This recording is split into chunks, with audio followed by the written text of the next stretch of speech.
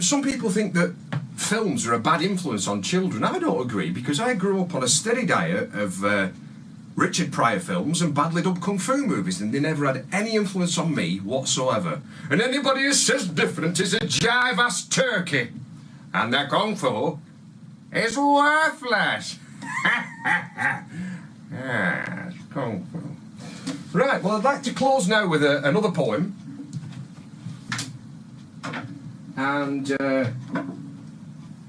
this one is called Pantalones de Amor, which is Spanish for the trousers of love. It's probably better if you imagine Antonio Banderas reading this to you. I know it's a stretch, but if you have any boozing, now's the time.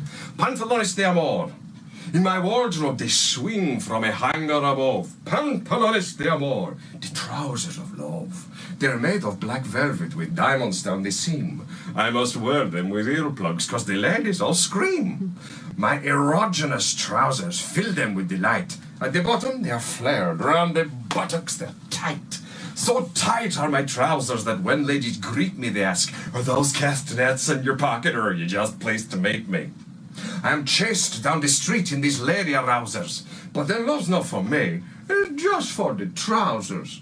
Hypnotized and bewitched by the diamonds that gleam, they claw at them wildly and pull at the seams. I can't run fast enough, so I have to be smarter. I am afraid if they catch me, they'll beat my piñata. With the power of trousers comes responsibility. And the ladies round here, they run faster than me. So they hang now in mothballs. I don't wear them no more. Dangerous love trousers. Pantalones de amor. Stay safe, you cheeky scabs.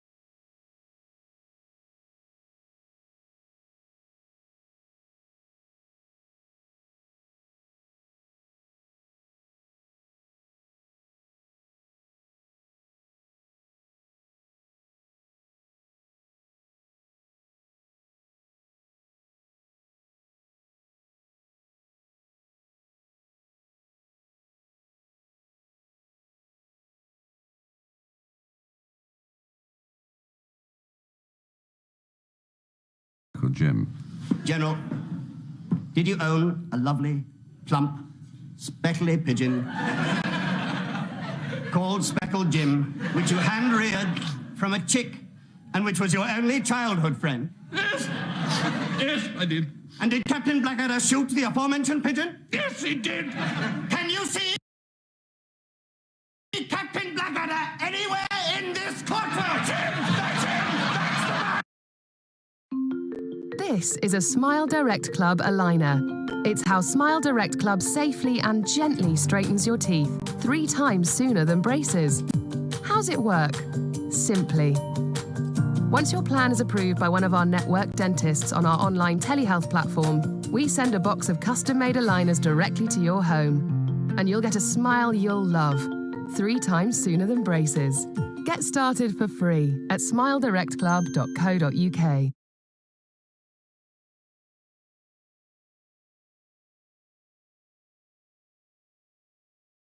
It was the decade Thomas Sankara was killed, the Berlin Wall fell, Michael Jackson started to turn white, and the Move movement was bombed from the sky. The 1980s were fairly eventful, to say the least. For Black Britain, the decade begun with the New Cross fire massacre of 1981, a suspected racist arson attack at 439 New Cross Road, where Yvonne Ruddock was celebrating her 16th birthday party.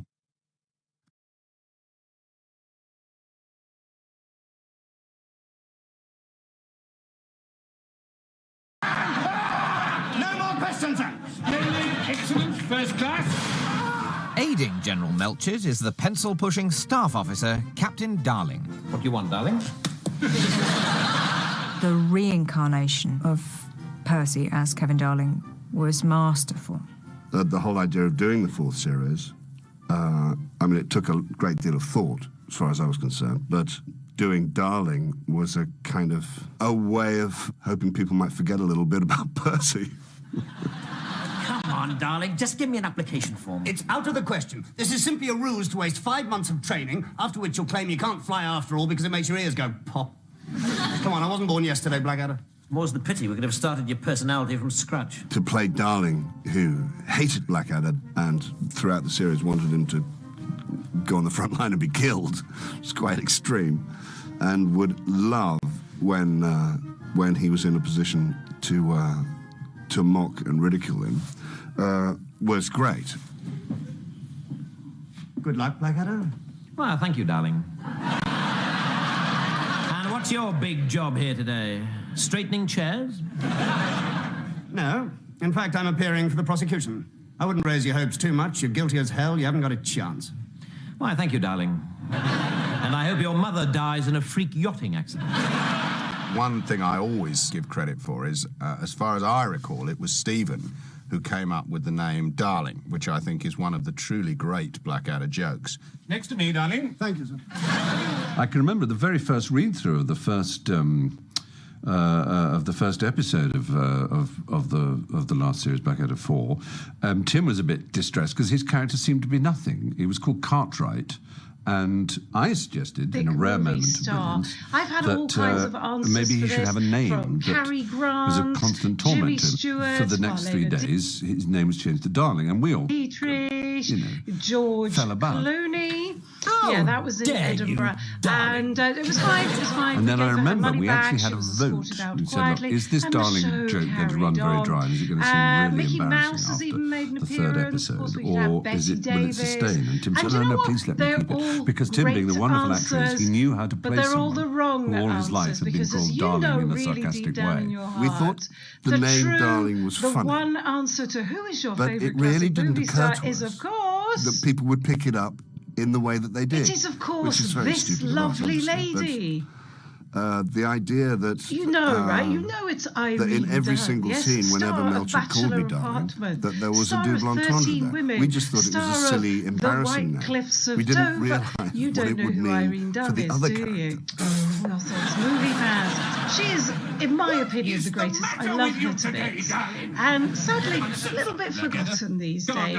And during the course of this show, which is both entertaining and educational, you'll meet some sort of other annoyance at his own forgotten name. film stars, Sort of Tim, he sort of sadly. twitched at the Shame. use of his own But, name. I won't bang on about Irene too it was a much. dagger in his because I ribs. don't want to The chat a bit Twitch about her. stayed So with what me I've done for is I've months. tidied sort of her annoyance at his through own the show. name. You I mean, might I see did her actually just get quite pop scared that it was never up gonna every go. now I'll and deal with this, again. darling. Delicate touch And needed. when I you fancy. do Seeing see when her pop Melted up, is getting ready for just dinner shout with Irene. Georgina, Then I know who is, of course, that you're still Hugh Laurie awake. anyway. So And there we the go. whole misunderstanding Now, of him I calling, hope you're practicing enjoying, his speech me to her showing and calling pictures her of old darling. movie But stars. at the same and time, I I hope think you he's enjoyed talking to me. when I I think held up it's the pictures and showed you what's brilliant. behind me I think in it's my fantastic living piece room. of writing. And the reason I wanted to God, do that and it's to a reinforce these spankingly images beautiful was I world, wanted and to be tonight's my absolutely night. clear from I the know exactly beginning what I'll say to her. what I Darling. mean when I say old movies. We are, of course, talking about movies from the 1930s, from the I want to make you 1940s, happy, and darling. into the 1950s. Not, as one of my younger don't friends listen, said then to you tell me, me what you think. oh, do you I want to mean make you like happy, Saturday darling. I want Night to build a nest for Fever? your 10 tiny toes. I want mean, to cover every inch of seriously, your gorgeous Saturday body in Night pepper Fever. and then I mean, sneeze all what over kind you. of show would this be if it's celebrating a man in a white suit just all so sudden, prancing around with a woman in a red pepper frock business is definitely standing next to How him? dare you What tell me kind how of I may show or may would not that treat my be? beloved Georgina? Seriously, what kind of show? What I want to say to her this evening. Well, this kind of show, actually. Come on, we all know we love a bit of Fred Astaire. Honestly, Huge darling, fan you really of are the Fred most Astaire. graceless, dim-witted bumpkin I And ever everybody, really. I mean, I think as it is probably quite One of the things I clear love by about now, Series 4 I am is an that, absolute strangely, I think old Baldrick gained movie addict. meaning. I'm he'd on just 2, been 3, a fool 4 and a a butt day. the But whole way through. But there was a honestly, remarkable thing I I've had got that it under happened right at control. the end of I that could series kick when he that did suddenly habit seem to any represent time I the want. working man. We've been stuck here Why for would 3 I want to flipping kick the years. habit? It's such We a haven't great moved. thing. In All fact, my friends are dead. I'm slightly embarrassed My to pet tell you spider, this. Sally. And it's really rude. Katie the worm. I've just Bertie the taken bird. my headphone out because Everyone except Neville the fat I'm so hamster. embarrassed to tell you. I'm actually I'm afraid watching Neville bought it an too. old movie right Baldrick now. is the hero. If you might not Really, know because this film, wherever you it's go, a every particular school favourite. or, Well, it is. I mean, organisation, every it's, company, every shop, whatever, I know. has got a It's Baldrick. called, They just Experiment loved that Perilous. character. And if you haven't seen it, I just got There's to the such bit affection for Baldrick. where the It's quite sister amazing. has died of a heart attack. Something Or has she? So just to remind you, there's a bit of Experiment Perilous there. I promise I won't watch the rest of it whilst I'm doing this show. I promise. I'll wait until I do a live show and do it in front of a real audience again. So there you are. There's an image from Experiment Perilous. It stars there on the left. Breakfast Obviously, always you begins with recognise tea. the late Then great I'll have a little Irish sausage. actor George Brent, and next to him is, soldiers. of I think course, Baldrick has got no, stupider you're and all stupider shouting as the Irene centuries have Dunn now, gone on. aren't you? In the first series, he was actually the Irene Dunn. brightest Well, out it's too of soon, Baldrick as we say out of in Baldrick, comedy. Percy Too and soon, Blackadder. because that isn't, in fact, Irene and then he got a Dunn. bit But I'm going to give you a stupider, and clue now as to he's who it is. terminally So who stupid. here among you owns a mobile phone? Don't know. Come here. Or has ever used Wi-Fi? Who would have thought that Then this shame smelly, on you turnip-loving for not sidekick knowing would become the nation's favourite Hedy underdog? Lamarr. Even the armed forces fell for Grade A Baldrick and Blackadder. platinum-coated It does seem to be and the case also that the the inventor army, of spread or at least an awful lot of spectrum people in technology, the army, which is the love the technology fourth which series. allows us to And I have think that's Wi-Fi, probably because GPS, it and online shows expresses during a lockdown. part of their Hurrah! experience which and so isn't allowed thank to be you very much expressed. to Hedy. We wouldn't be here today. And Well, if I've got I it, think, you've got I it think too, it's no? fair to say she Blackadder is Austria's was so greatest funny gift because to it the world. reflected so many Admittedly, aspects of army not life. a busy category So many of the in words 1944. now have gone into sort of army vocabulary, thanks to and we Hedy. use them on operations, for example. Now, I told you I Wibble was a wobble. total old movie Cunning addict. plan. And, We used them all the and then time. I thought to used them all the myself, time when I was in before I Bosnia go around or saying in that to Northern people, Ireland. what I should really In the do First Gulf War, is many of the check emplacements what and the word headquarters addict buildings around actually means. Iraq were named so after I characters googled in it and I Blackadder. found It the was the Belgian 12-step lines and the program, Baldrick like lines and the so on. anonymous program. And somebody once told me And the that more first than step is half it the defines regimental an goats addict, in the Brigade are now by called saying that Baldrick. their life So is that's a no rather an honour. longer under their control. what do we do now? Well, Not do my hello, war poem. I'm How hurt not would an you be addict. if I gave the honest because answer, thanks to which Hedy is, Lamarr no, I'd rather and French whoever kiss a invented the skunk. tablet's computer, not a film star, don't care about So would I, that. sir. My life is more under control than ever before because I can now get my 2, Hear the 3, 4 words I films a sing. day in without even Wars breaking are my horrid stride. things. Listen, I'm at home right now, and So I'm doing my I dusting, sing, doing my sing, hoovering. sing. Joan Crawford, she's there, she's with me. I'm in the kitchen, I'm chopping up onions. Humphrey Bogart by my side. Well, it started Ladies and badly, gentlemen, and please it's do not tailed do off middle this in the middle, and unsupervised. the less said about it the is end, the better, but, dangerous. Even for me, and I'm a pro. Oh, shall I do another one? And I'll then, tell you sir? something No, we else, wouldn't want to ladies. exhaust you. No, don't worry, I could go I on all haven't night. had a Not with a smear bayonet for your test neck, you couldn't. in the last 6 This one years without is called Stuart the Granger. German gun. Right there. spiffy. Beside, Yes, let's when hear I that. say there, I don't mean there. I mean there. Boom, You know, boom, beside me. boom, You know what I boom. mean. Anyway, he's a pretty grossed out by that as well. Boom, boom. Now, there are downsides to using the tablet mode. Chief among them is that, unfortunately, because I use the headphones all the time, I'm actually going slightly deaf. spooky. Well, I say I'm going slightly deaf. I just had a touching thing the other day. I went to my son's, I think I might have even been judging a poetry competition at my son's school. You know what I mean when I say gaslighting. And one of the boys, they were doing, Rudyard Kipling it comes from a and play Roger by McGuff Patrick and, Hamilton. And if you haven't seen the play, serious it doesn't long matter poems. And then one of because the boys there's stood not up and one, said, this poem is called War by two S. Baldwin, versions and of just this said boom 10 marvellous times. film, just proving that there is a film for any and every Still to occasion, come, an insight even into how one of the for greatest driving scenes in your other sitcom half history was created. potty.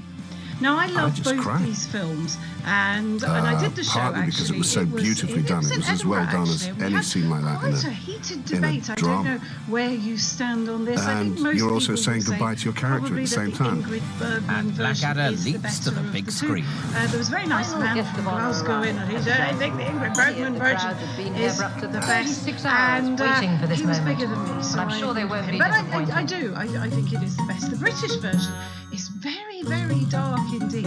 Watch them both. Treat yourself. Now, This multi-award-winning before I carry on, sitcom you produced some of the must best-loved not moments in ever comedy. confuse I either of them, remembered when of I'm course, dead. with I the want great books written British about me. classic. I want songs sung about me. Now, and then hundreds of I years know from now, you're I familiar want with this film episodes from my because you're life to old be movie played fans out like me. weekly But at let me half tell past you a story. 9 by I do this show some great all over the heroic place. Well, I actor of did, the age. obviously, when we could But travel perhaps around. the finest and I've been and to most all poignant kinds of episode places. was I've saved even until been to last. Portsmouth. And sometimes there are young Bards. people in the room. No and running, they've never shouting been to or piddling in the an shallow old end. movie, so I have to throw in a random smutty darling. joke.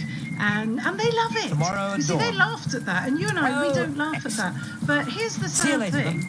There are young The people luxury of the final today episodes that we going were around allowed leading to what they start to claim to be play meaningful lives with who have emotion, never and we heard made of an Phyllis effort to do Calvert. that. Clearly, the I atmosphere mean, what of the is last the episode point, was deliberately honestly? thought-provoking. But let's move I mean, the on whole idea you from have to be mad Portsmouth to be and in it. smart. And I That's hope right, that because the I tone called this was show set, Old Movies not just by the Saved script, but My by Life. the Now, that's a fantastic very, performances. very big claim to Darling. make, isn't it? And in order to Blackadder. understand that, Here to we're join going to us have to for go the last back walk. in time. We're going to have a Yes. flashback like they do Tired. in the films, back Folding to your my general's pyjamas. childhood.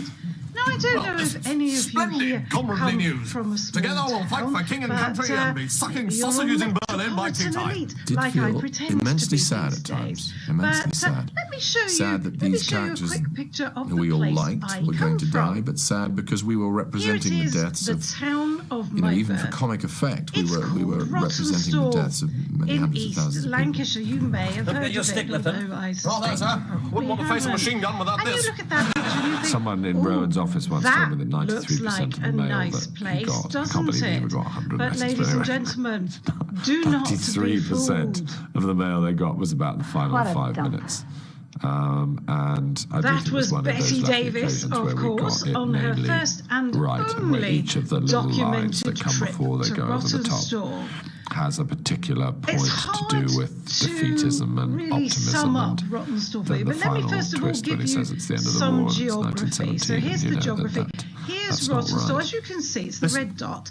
As you can Our guns see, have it's stopped. near lots of places You don't you think might have heard of. maybe the war's Chief over? among them. Maybe it's obviously peace. Manchester, Oh, hurrah! distance from Rotten The big Store, knobs have got about round the table 18 and miles, yanked the iron out of and the about fire. 55 years. We lived through At it. least it was The in the Great 70s War, and 80s when I was 1914 growing to up. 1970. It was so awful, I'm afraid so boring. the guns have stopped so because we're about to truly, attack. Truly Not even our tragic a generals place are to mad live. enough to shell It's their own hard men. to They summarise think it's it. far Let more me just sporting put to let it the Germans this do it. way. The When icing on I the cake was of such a sort of growing naff up in expression to be used for Rotten such an I intensely moving used bit to of television was this fantasize brilliant about moving freeze frame to and freight to poppers. Blackburn. Absolutely. I mean, I think Blackburn John was and Richard between them, Shangri-La as far as Richard I was Bowden concerned. produced, one of Burnley arguably held the greatest no or one of the mystery. greatest moments in What the with its Blackadder. hourly direct bus service. But to get to Blackburn, you had to change buses in Accrington, lending the whole enterprise an air of the mysterious and the exotic. they've got to How I take two. longed And Rowan to got be on the line. in He said, "I'm Blackburn, sorry, because we're there was not going to do that, nothing Tom." to I said, do "What do you mean not in going to do it?" Rawtenstall. He said, When I "It's was a really kid, the most I would frightening go to thing the I've library, ever done." which And we wasn't all open all agreed the we're not time. going to do it. But I'm I very, thought I very was sorry. kind of cool, you know. I'd go in there Clicked at off the the age of mic. 10 and borrow a book from the teenage Turned to section. Richard the director. Yeah, and I this was is well a off. disaster But because it most was of the going time so there was well. It nothing was else so to do good. The except acting was so watch good the in that television. episode. So We've I got would this sit awful end which cross-legged doesn't work. When we came on to the floor editing of the show, the living room, we then started investigating with watching slightly slow just motion. anything that came on. And that we So would what then started as just freeze something to do the slow motion of them became going across a no man's lifelong land with the obsession because there were explosions. movies It was on very poignant, all very moving. the time. And I had always had an image in my mind At this from the point, First I World guess War we better address the elephant in of the the room, poppy or as we fields. say in Richard Bowden Lancashire, went up to the elephant, news which library is in the BBC and coming found a out still of my mouth. of, You're of sitting a there poppy thinking, field. And as I yeah, mixed she between the says shots, just to she's sort a of, proud just see what it looked like. Lancastrian. But It- that it was a isn't yes immediately. Lancastrian accent. This was a Okay, moment. I'll be honest with you. Good luck, everyone. Two things I knew when I was growing up. One was that I knew I was going to be leaving Rawtenstall. And two was that you were never going to find out that that's where I came from. And if you're British, if you're English, we all know that the easiest way to disguise your origins is to learn to talk posh.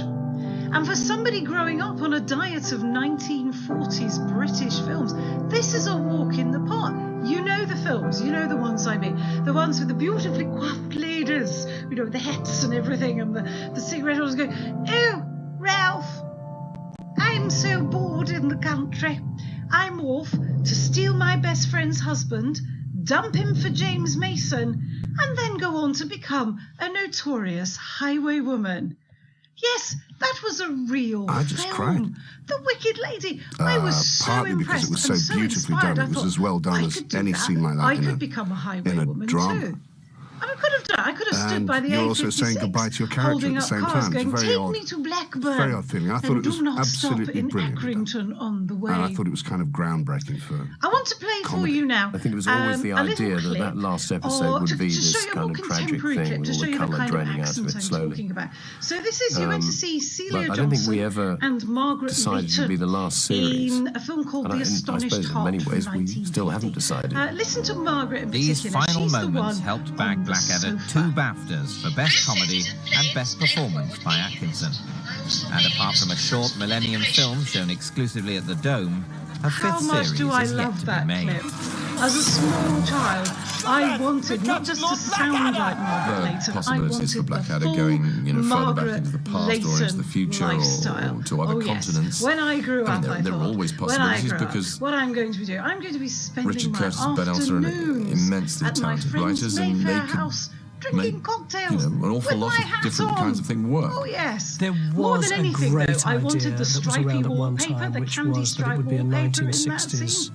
Because if you Blackadder remember, it was the with Rowan as the bastard 1970s. son of Queen I was Elizabeth. watching this But cross-legged he's on the also floor of a living a room, loose, swinging 60s decorated type with who hangs around swirly in King's orange Road. wallpaper. And he's got this rock swirly band orange, with and the woodwork. It was a that drummer with no horrible. hair in it called Bald Brick. I thought it was lovely there. I would love us to do Chocolate that. brown. We do you once thought remember? of doing one set in a Who else? university, Come on, and everybody avocado would be there as bathrooms. dons, and they would just hate. Why did we have all avocado all the bathrooms students. decades before any So of us had ever I think seen that we might. an I think we might. avocado?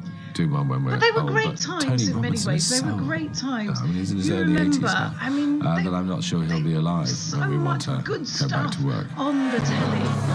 And you might think, yeah, but it was nice to have all that good stuff on the telly, but why Helping to didn't popularise you the go Robin Reliant to van the and bringing the cinema? words lovely Because and we actually jubbly had into the one English in language. Rawtenstall. We had Next one. on GOLD, we have an afternoon of the hugely Well, I could have influential gone, Only Fools and Horses. I couldn't, because here's the thing. I mean, I could go now, but I couldn't then, because remember, this is the mid-1970s. And you think back, what kinds of things were on at the cinema in the mid-1970s?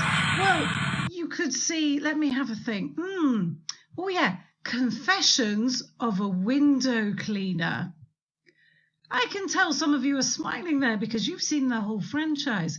Then, of course, there was the feminist classic Carry On Emmanuel, whose cast list included Dumb Blonde and Henpecked Husband. And there was one film that I always remembered being on. It seemed to always be on in Rottenstall in the mid-70s. And it was called Flesh Gordon. And I was going to show you the poster of Flesh Gordon because I thought, well, you're going to want to see this because you'll think I've made it up. But honestly, I haven't. And I couldn't remember the poster at all. So I looked it up because I thought, well, I'll maybe show it to you. And then I saw the poster and I thought, no, I can't really show it to you. Because in the poster, it's a picture of Flesh, and he's standing legs akimbo like this, and my legs are akimbo on this chair, and either 8-year-old me didn't notice, or I just thought, oh, I see, that's where he keeps his ray gun. So I thought, well, I can't show the good people online that. But what was funny was in the bottom corner of the poster, it had the words "not to be confused with Flash Gordon." And of course I knew who Flash Gordon was, all us kids did back then, because of, no, not because of the 80s film, because that didn't come out till the 1980s, but because of this. Yes, this. Flash Gordon conquers the universe in 12 new dynamic chapters. And it was always on the television. I say always, but lots. It was on the television, BBC Two, Saturday morning kids television. Before they had Swap Shop, before that came along, Saturday morning television was full of old movie stuff. And this was particularly good because it was like a television series. And they used to show these in the cinema in the 1930s, and they were in 10-minute chapters. They show them before the main feature, and so you'd have to come back every week to see what happened next, because they always landed on and ended on a cliffhanger. I mean, going to the cinema in the 1930s must have been amazing, because you had the serial, you had the A film, the B film, the newsreel, the cartoon, and literally all for 6p. I researched that. 6p. But when I was growing up, BBC Two, Saturday morning kids telly, tried to replicate this for us by having Flash Gordon conquers the universe, and then it might be followed by the Shirley Temple film, maybe even a bit of TV like Champion the Wonder Horse. And it was great. I mean, it was just bounteous times.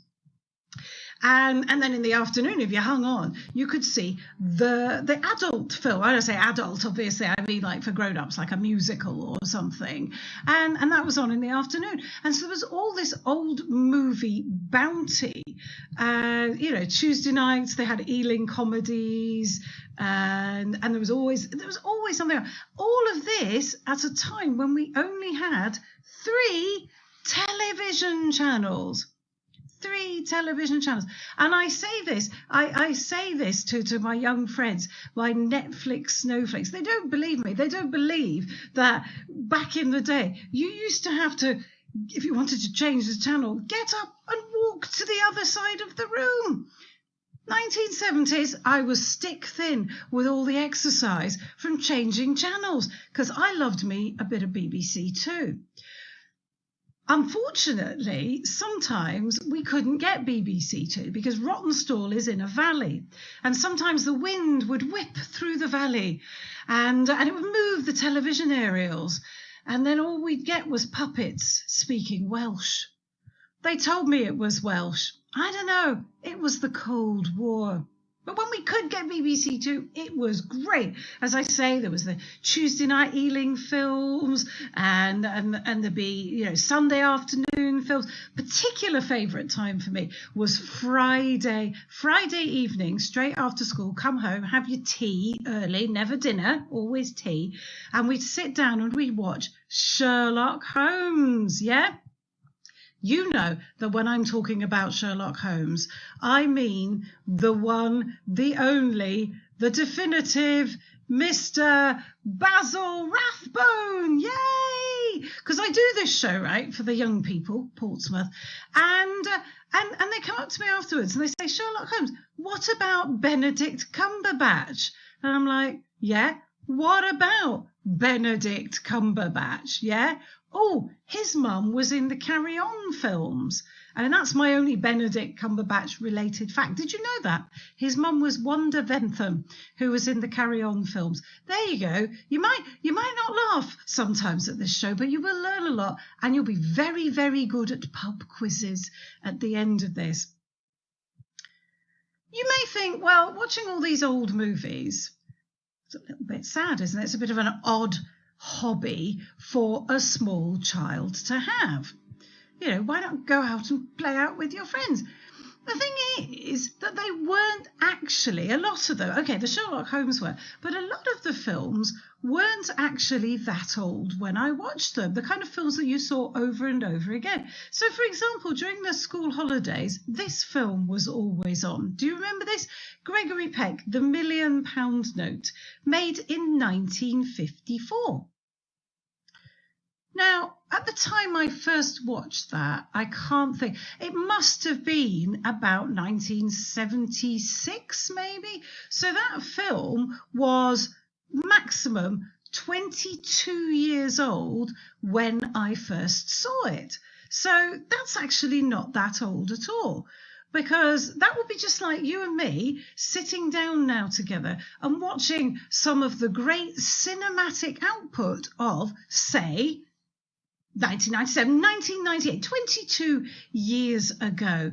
Let's think, what was in the cinema? What masterpieces were in the cinema in 1998?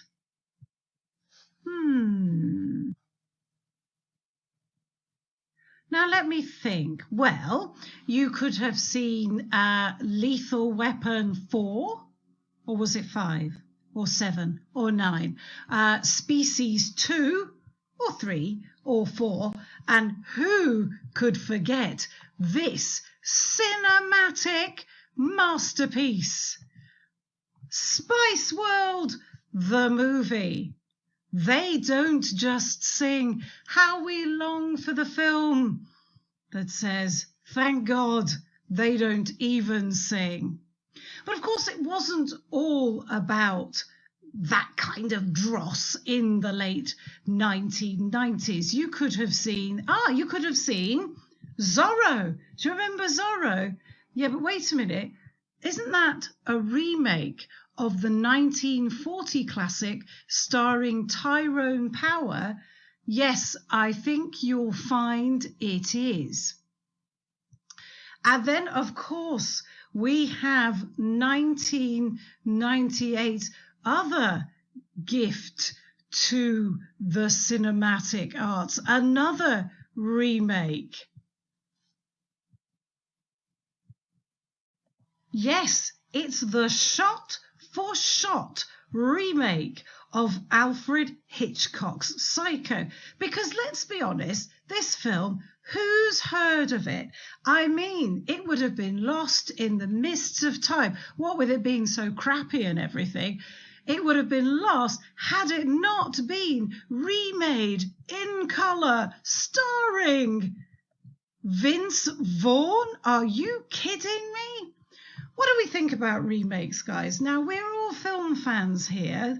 By and large, okay, some are not bad, but by and large, I like to think we should leave things well alone. Let me give you some examples here. So here we have The Day the Earth Stood Still, a black and white sci-fi classic, or Keanu Reeves. Which one are you taking? Or how about this? I mean, come on. If it ain't broke, don't fix. What were the Coen brothers thinking of? Don't get me started. Don't get me started. But that's not the worst. This next one, you probably don't even know it exists, because it's pretty bad. Here we go.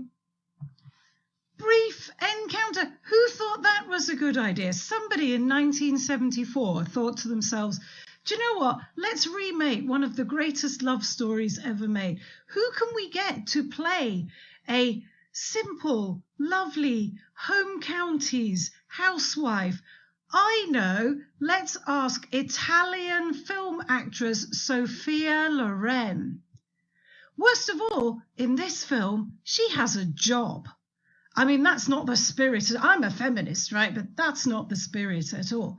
I have watched this film. Well, I say I've watched it. I've watched about 20 minutes of it. So you don't have to. Trust me, don't bother. Ooh, don't get me started. Remakes. Let's get back to my story. So around this time, let's say sort of the late-ish 70s, I'm still at primary school, right? But I'm enjoying my old movies. But what I'm seeing around me is that the other kids, right, they're striking out. They're getting lifts to the big cinema in Burnley to see films which I guess were maybe made more with our age group in mind.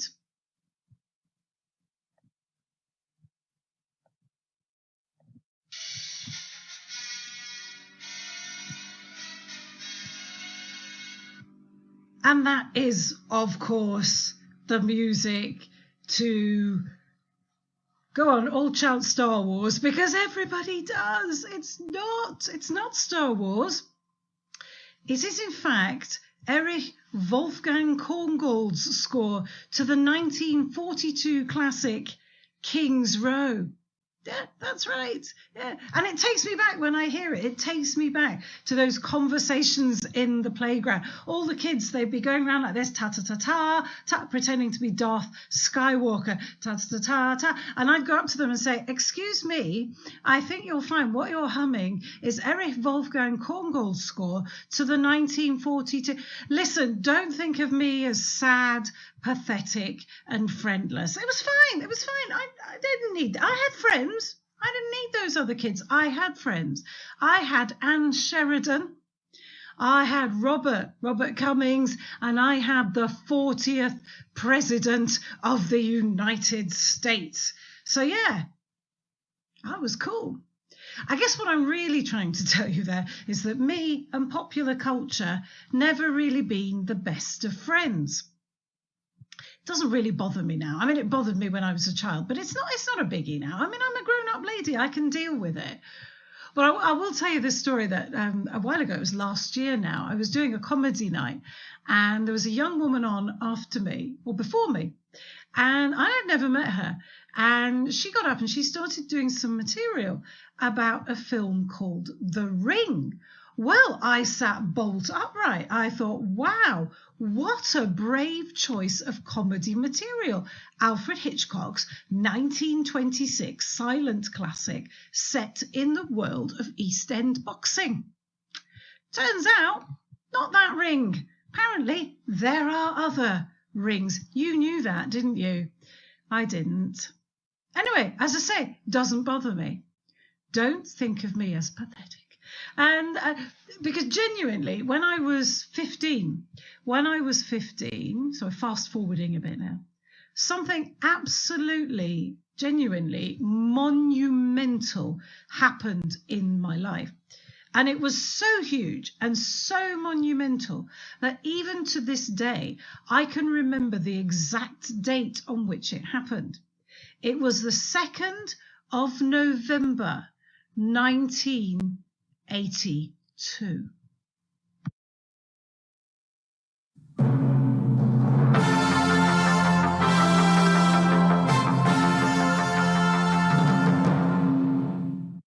Yes, we got a 4th television channel, even in Rawtenstall. It was a magnificent day, and it was a real game changer.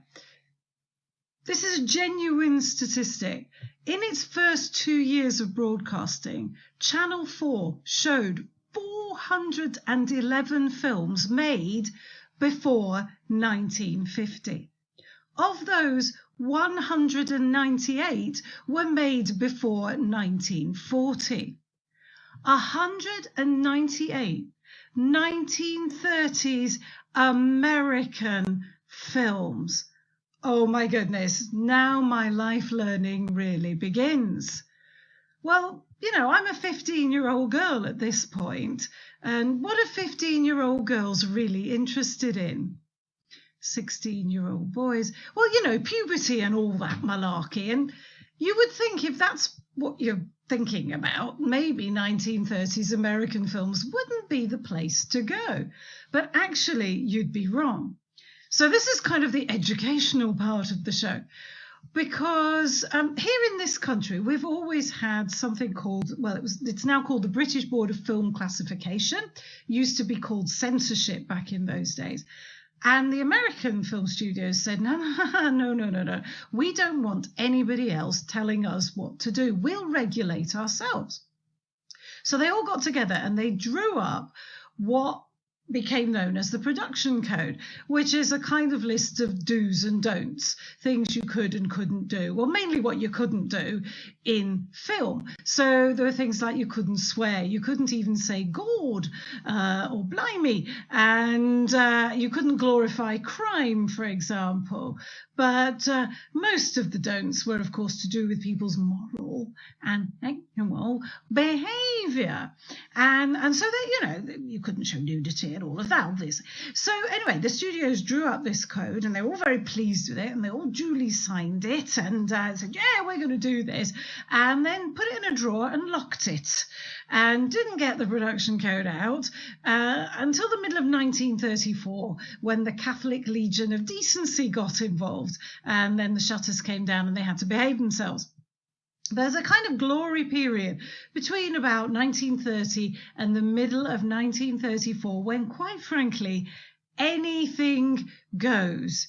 They're shooting them up all over the place. They're Gordon and Blimey all over the place. Honestly, it's anarchy. And and actually there is quite a lot of how can I put it? Well, some of the movies are actually quite sexy, and you could even, if you were looking for it, find perhaps a little light, well, sadomasochism, I suppose is the word. Have a watch of this. The whip.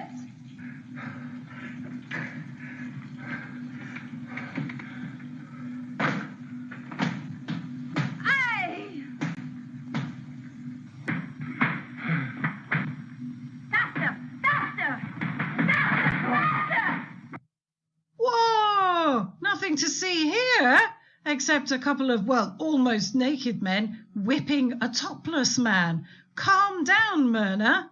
Well, that was Myrna Loy in 1932's The Mask of Fu Manchu.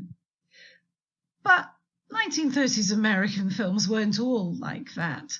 Some were more romantic. And because of 1930s American films, I met the man I was going to marry. Ladies and gentlemen, Ronald Colman.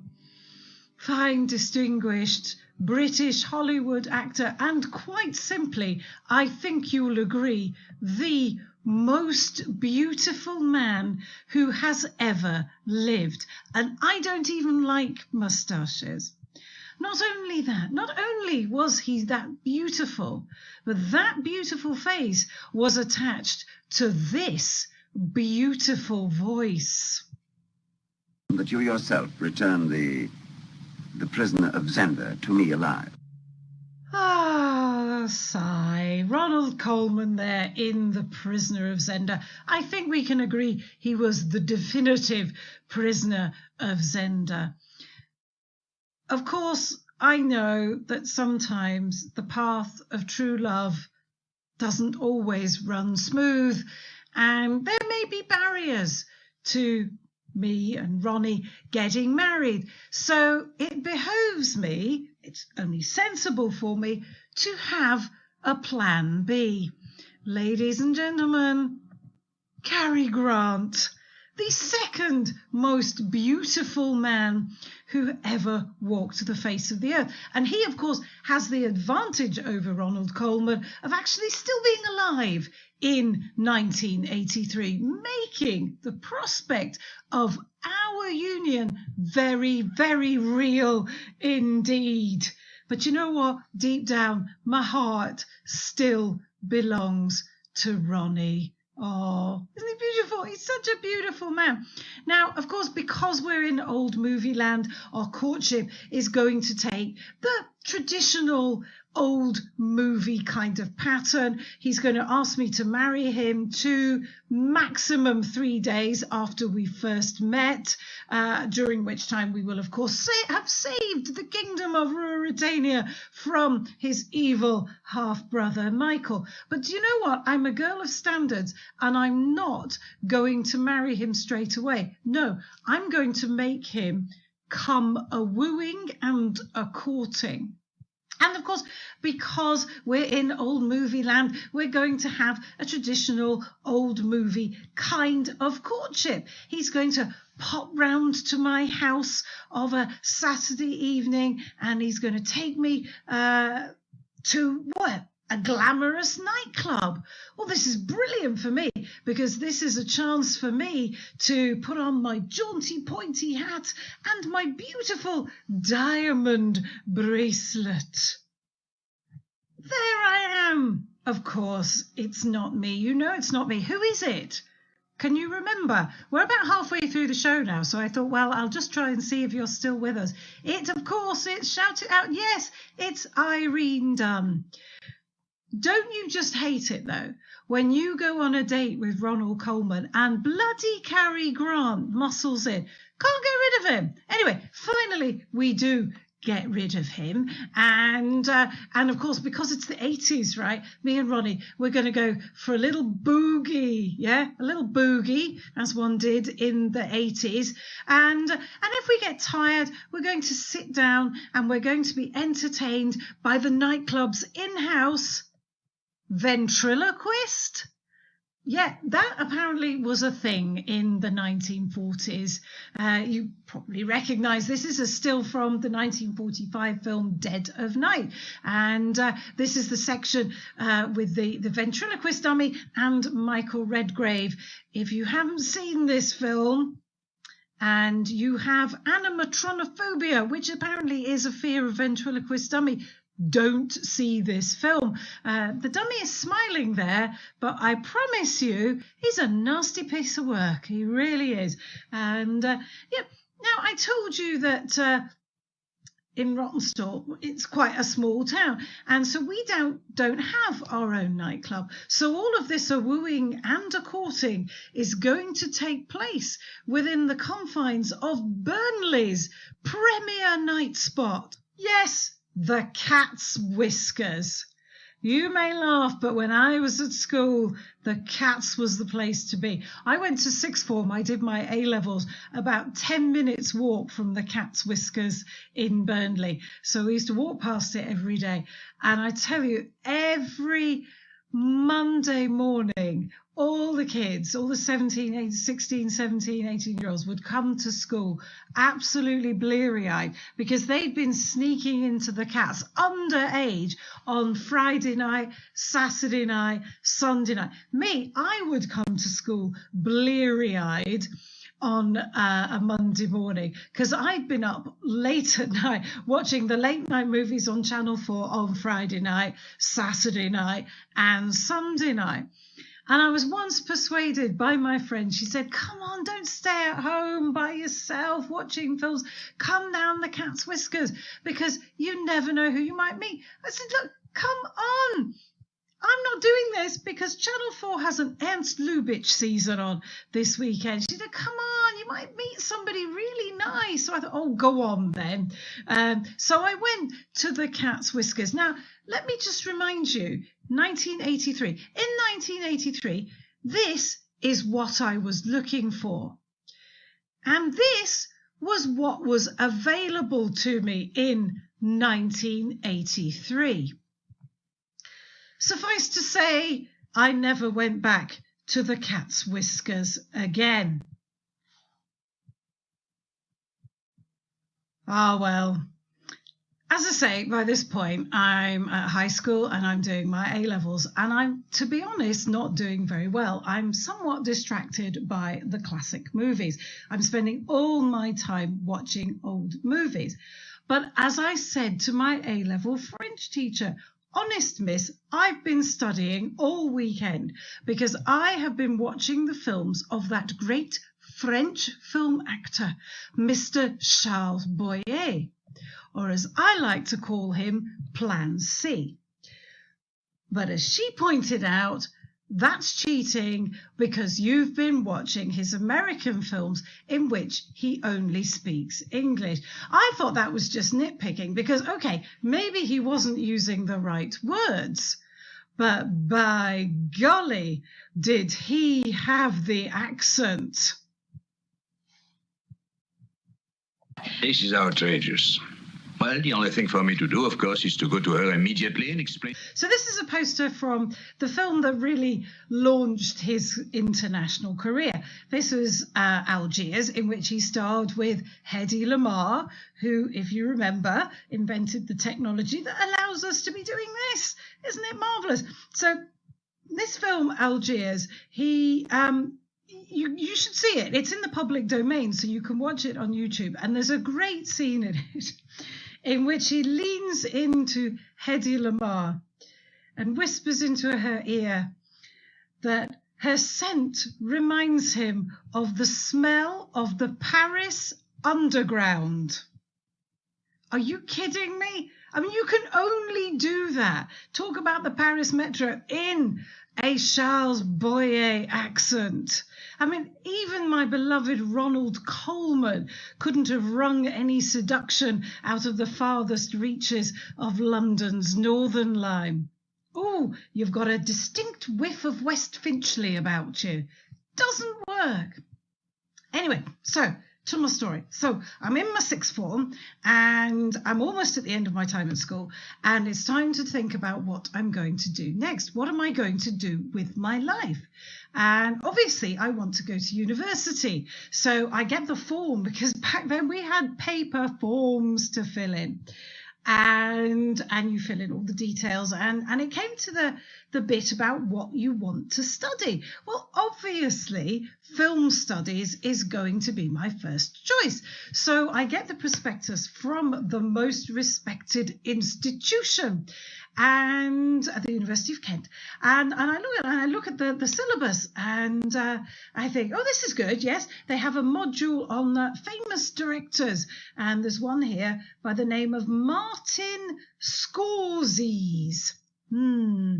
I haven't heard of him, so I'm not sure this is a good idea. So I turn the page and I say, silent film. Okay, more my cup of tea, and I read on. Soviet, socialist, realist, silent school film of the eyes and stuff. I can't even say this, let alone study it. All I wanted to do was to write a dissertation about Margaret Leighton's hats. Look at that superb bonnet there. Look at it. And look, Cedric Hardwicke is reduced to silence. Anyway, I don't know what I was thinking of, but I had to fill it in. I have to get this right. It's my ticket out of Rotten Stall. And I was studying languages at A-level, and I must have just been watching Myrna Loy in The Mask of Fu Manchu. So in the bit where it says, what are you going to study? I wrote Chinese. And that's what happened. I came to London and I studied Chinese and German. And, I think, well, that's quite a big thing, isn't it, for a little girl from Rottenstall? But it was fine. I knew I'd be fine because I knew what London looked like because I'd seen all the films, right? Yeah, I'd seen them all. I live in Grosvenor Square, the Courtneys of Curzon Street, Spring in Park Lane. You probably all knew this, but I didn't. Students cannot afford to live in Park Lane. But nobody has made a film called My Bedsit in Finsbury Park. So a little bit bumpy at the beginning, a little bit bumpy. But I'll tell you a story. Very early on, I'd only been in London a few months, and I knew something happened that made me convinced that I had made the right decision. And one day I was walking up Charing Cross Road past the old Foyles bookshop, and coming towards me in the opposite direction, I see a genuine film star from the classic period. Well, I nearly flipped out. Oh my God. I couldn't believe it. And at first I wasn't sure, because obviously he was like 40 years older than I remembered him. And I was just so excited. I couldn't believe it. Genuinely, it was only flipping Raymond Huntley. Come on. I've been telling that story for 30 years, and it always gets that reaction, so I don't know why I'm surprised now. But you know who I mean. You know, Raymond Huntley. There he is, Raymond Huntley. Ah, now you know who he is. I mean, everybody recognises the face, but you might not know the name. But he was a well-known face in films of the 30s, 40s, right through to the 60s, and even TV in the 70s. Maybe he wasn't a star, but he was a top-class supporting player. His most famous role probably was as the bank manager in Passport to Pimlico, which is my favourite Ealing comedy. If you haven't seen it, I highly recommend you to get out there and find a copy. It's absolutely brilliant. I don't want to give away the plot. But it's about Pimlico, which is a small part of London, which decides that it wants to separate itself from the larger union of which it is a member, and very quickly realises that this isn't a very good idea. So it has to negotiate a re-entry into the union that it has just left. And of course, who facilitates this? Of course, it's Raymond Huntley as Mr. Wicks. Where is Raymond Huntley when we need him now? Oh my God, yes, Brexit jokes, okay? I did a Brexit joke, people, in a show about old movies. How about that for being on the button? But anyway, so I did my degree in Chinese and German, and you would think probably that at the end of my time, my gift to humanity would be fluency in both of those languages. But here's the thing. London, not only home to my place of study, but also home to the British Film Institute Cinema, the Scala Cinema, the Regent Street Cinema. I spent 4 years watching old movies. So now my gift to the world is that I can recognise hundreds, if not thousands of films from just 1 or 2 seconds of footage. I can recognise even supporting players like Raymond Huntley at 200 paces. This is a gift that nobody has ever wanted up till now. But I think it's a gift that we should all cultivate, right? So now we come to the interactive part of the show, which is going to be slightly weird, I think, given that I can't hear you. But it's going to be like countdown. So I'm going to give you a few seconds to discuss amongst yourselves. I'm going to show you pictures of old movie stars. And then if you recognise them, shout out their name, and I won't be able to hear it. But hey, we'll have some fun anyway. So are you ready? Are you ready for a little bit of quiz time? So here we go. I'm going to start easy, and then we might build up to the harder one. So we're going in easy with the first one. Who's this film star? Boo! Yes, it is. It's a very young John Wayne before he became a full-on draft dodger and right-wing supporter. He'd be gunning for Trump, wouldn't he? Okay, let's have somebody nicer. How about this lovely lady? Anybody recognise this beautiful lady? I'll give you a small clue. I'm going to move myself out of the shot there so you can see her better. I'll give you a small clue that well, I'm recording this in mid-June, so in 2 weeks' time, on July the 1st, fingers crossed, this lady will turn 104 years old. Did I hear somebody shout Dame Olivia de Havilland? Yes, it's Dame Olivia, 104 years old and still going strong. Okay, this is a toughie. And I'll tell you something, if doing this show has taught me anything, it's that nobody remembers Frederick March, two-time Oscar winner, two-time Tony winner, and all-round jolly good actor. But as I say, it doesn't matter. It's not about the winning, it's about the taking part.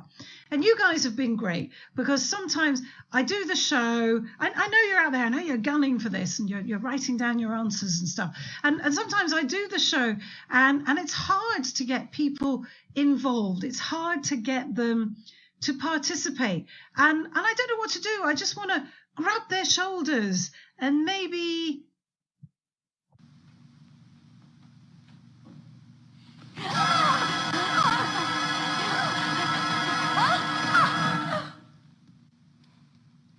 Sorry. Yes, you all recognise the fabulous Betty Davis there, shaking Miriam Hopkins in Old Acquaintance. But who, oh who, is the lady here? Quick clue for you. If you've ever watched The Sound of Music, you have booed and hissed this woman because she played the Baroness. Yes, it's Eleanor Parker, ladies and gentlemen. That was a really, really hard one, wasn't it? Okay, I'm going to make it a bit easier for you this time round. How about... Of course, everybody knows Audrey flippin' Hepburn. The only person, every time I do the show, that everybody knows is Audrey flippin' Hepburn. Don't get me wrong, I'm not anti-Audrey at all. She was a lovely lady. She was genuinely a lovely lady. And during her career, she made as many as 3 decent films. But I don't get it. Why, of all the film stars available to us, is she the one, the only one, more or less, that you can find on a duvet cover or a lunchbox for the kiddies? I mean, I just don't get it. Also, can I just say something controversial here? Breakfast at Tiffany's is a cinematic abomination. It's awful. I only kept watching it to see what happened to the cat. It's all right, by the way, the cat, in the end, it gets wet a bit, but it's fine. So if you haven't seen the film, I've now just saved you 2 hours of your life. But it does annoy me that Audrey is kind of like on the pedestal when there are so many other film stars. You'd think nobody had ever set foot in front of a camera or worn a frock. Let me show you one more person. Let me ask you this. Let me give you a really hard quiz question now. Who is this? Nope. Nobody ever gets this. And I've done this show oodles of times now in the flesh. No, this lovely, beautiful, luminous lady, her name was Kay Francis. And in the 1930s, Kay Francis was stratospherically famous. Not only was she very good at what she did, but she was also utterly beautiful, looked fabulous in clothes, and became, at the time, the high benchmark for cinematic glamour. I mean, look at her. And this was at a time when the platinum blonde was in fashion. And here she was with her dark and swarthy looks. I mean, she was magnificent. I mean, look here. Even doing her ironing, she looks more gorgeous than most of us do on a night out. That was in the 1930s.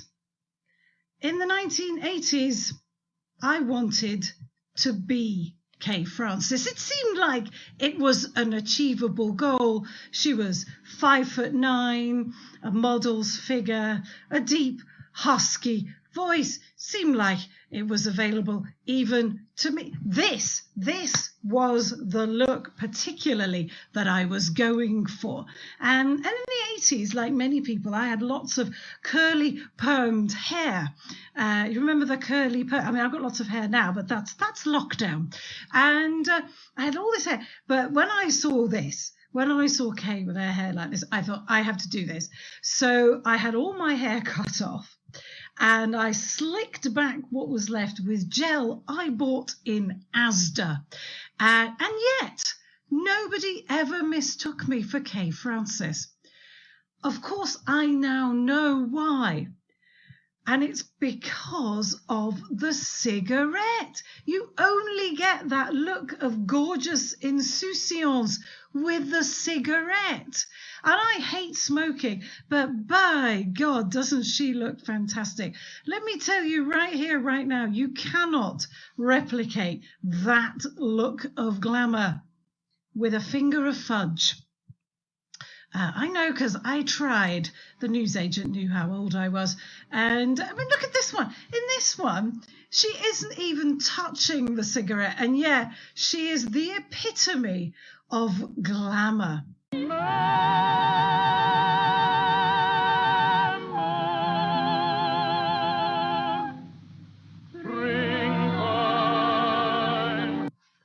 Of course, you were all singing along there to Jeanette MacDonald and Nelson Eddy in their seminal 1937 film, Maytime. I love this film. I love this film. I told you that I studied Chinese, and as part of my studies, I had to go and live abroad for a year in Taiwan, the island of Taiwan. And I was kind of worried about doing that because not only was it, a big scary city for a little girl from Rawtenstall to live in Taipei, but I was also concerned that I would have a 1-year-old movie famine. Well, I couldn't have been more wrong, because in Taiwan at the time, in the late 80s, early 90s, there were these organizations, these places called MTVs, and they were like little mini cinemas, nothing to do with the TV channel. And what you did was you went in and you borrowed either a videotape or a laser disc, and then you could go and sit in a little booth by yourself or with a friend, get a Diet Coke and watch a film. And I found one or two that had loads and loads of old movies. And I saw tons of movies that I'd never seen before, including Maytime. It was such an exciting time. There was one downside, however, of the MTVs, and it was simply that a lot of young Taiwanese people my age, kind of in their early 20s, still lived at home with their parents. So if they wanted a little bit of intimate time with their significant others, they'd rent a booth at the MTV, and they'd just get out any old movie, and quite frankly, they weren't watching it. So I'd be sitting there watching Maytime, and there's all these disgusting noises coming from the booth next door. So I'd have to hammer on the wall and go, hey, 你们在干什么? 这是 Nelson Eddy 呢? Which is a phrase you won't find in most Mandarin phrase books. But I'm very glad to have discovered them, because they got me through that year. And obviously then I graduated. I no longer live in Rawtenstall. Very happy to say that life moved on. I now live in London. I live in a nice part of London, the kind of place where toddlers do mindfulness classes. But still, there's always a reason to watch old films. Let's be honest, of recent, the world's been going to pot, I think you'll agree. And old films have been cropping up all over the place. People have been watching Talking Pictures TV. BBC has been copying them by putting on old movies. And they really do save your life. But one thing I always caution is that for modern viewers, we should be more forgiving of old movies and their attitudes, because, they were made in different times. And particularly bad are old movies' attitudes towards women.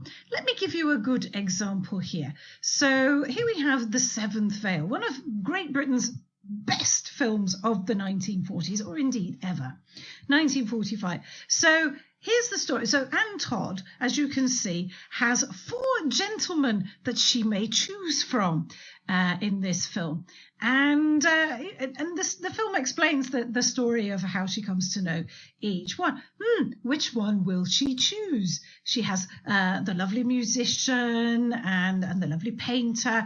And no, who does she go off with? She goes off with the one. And by the way, did I say she's a pianist? Because that's quite key. She goes off with the one who battered her hands so badly that she could no longer play the piano and was so miserable she was driven to attempt suicide. That's one really for the feminists.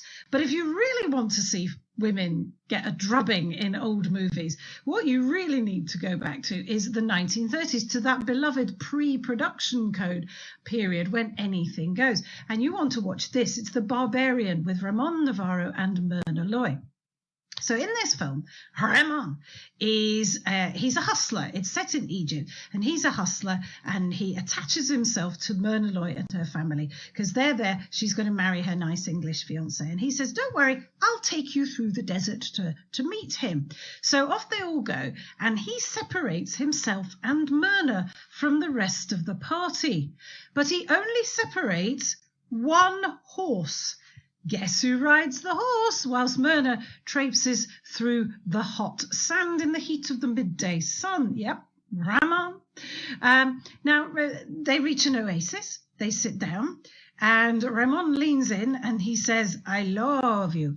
By the way, that's because Ramon Navarro is Mexican, not Egyptian. But what we've also learned here is that his character may speak many languages, but he doesn't know the word no in any of them. So poor Myrna, the next shot is Myrna crying her eyes out. Anyway, he takes her off to his tribe to marry him. She says yes, but don't worry, because she's got a crafty plan up her sleeve. So they go to the altar. They get to the altar, and instead of saying "I do," she says "I don't." Whereupon he goes mad and gets out a big whip like the one in Fu Manchu, whacks her across the mouth, so the blood pours out of her mouth, and then throws her out into the desert and says, "I don't want you anymore." And then her fiancé rescues her. So we fast forward now to her wedding day. It's exciting, this, isn't it? Fast forward to her wedding day. She's in her dress. She's in her bedroom, ready to get married. The window is open. Who should climb through the open window but Ramon? He says, "I love you." Whereupon she goes, yeah, all right then. Jumps out of a window with him. And the film ends with them sailing up the Nile. My jaw hit the floor at this point. So if you want to watch the most unfeminist film ever, watch The Barbarian with Ramon Navarro and Myrna Loy. But listen, guys, we're almost coming to the end of the show. That is, by the way, not the worst film I've ever seen. That honour belongs to The Brighton Strangler, which, again, highly recommended just for its sheer awfulness. It's the simple tale of an actor playing a part of the Brighton Strangler in a play, gets conked on the head in an air raid, wakes up and thinks he is the Brighton Strangler, whereupon he gets on a train to guess where? Brighton, and goes about, yes, you guessed it, strangling people. Yeah, it's worth seeing. It is quite the worst film I've ever seen. I suspect there are worse films, and what I should really do and maximise this lockdown time is to look out some of them. How about Zombies on Broadway? Starring, among other people, Bela Lugosi, the original Dracula, because, you know, when the zombie apocalypse comes, the first thing they're going to want to do is put on a musical comedy, aren't they? Of course. I'm particularly looking forward to seeing this one, The Leech Woman, and I have yet to find a decent copy of it. If anybody can help me out there, I'd be very grateful. That's going to be my summer watching, because, you know, what else are we doing? Can't go to real fringes, although this has been lovely. And so patient and so kind. I really hope you've enjoyed the show. So I want to leave you with a genuine recommendation for the very, very best film in the world ever, and it's Ernst Lubitsch's 1932 classic, Trouble in Paradise. This was the first film I ever saw Kay Francis in, and in the film she lives in a beautiful Art Deco mansion in Paris, and I thought, yeah, that That's going to be my life when I grow up. And when I was sitting cross-legged on the floor of the semi-detached council house in Roppenstadt, we can dream, guys, yeah? We can dream. I hope you've enjoyed this little trot through the old movies and how they saved my life. The rest of this year is promising not to be a good one, so, you know, get the iPlayer out, get onto Talking Pictures, because, you know, you might need them to save your lives too. So here we are at the end of the show, ladies and gentlemen. It's been an absolute pleasure to be with you. I couldn't possibly tell you how to react at this stage. Oh, you're too kind, ladies and gentlemen, too kind. So there you are. If you've enjoyed the show, by all means, follow me on Twitter. You can send me an email. I'm happy to discuss all movies. And do dip into the Talking Pictures TV podcast, of which I am a co-producer. So if you've enjoyed it, you can carry on the conversation. Also, if you've enjoyed the show, entirely at your discretion, you can buy me a coffee. If you go on to this email address, to this website address, you can donate some money. It's all very simple through PayPal or with your credit card. So thank you once again from me, Mel Byron, and keep watching those old movies.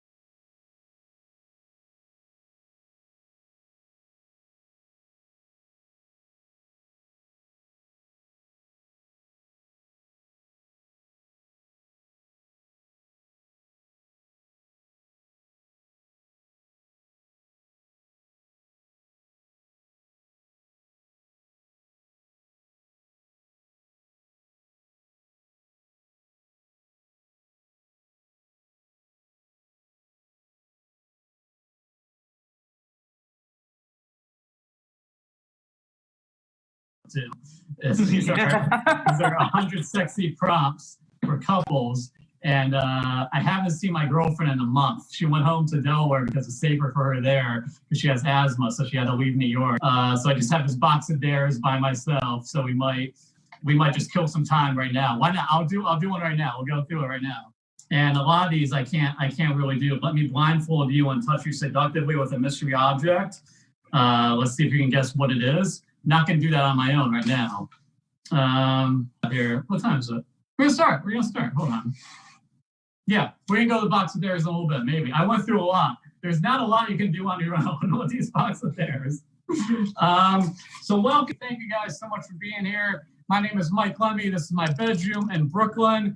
We're doing things differently tonight. Tonight, I'm gonna sit down. I'm gonna tell you some stories.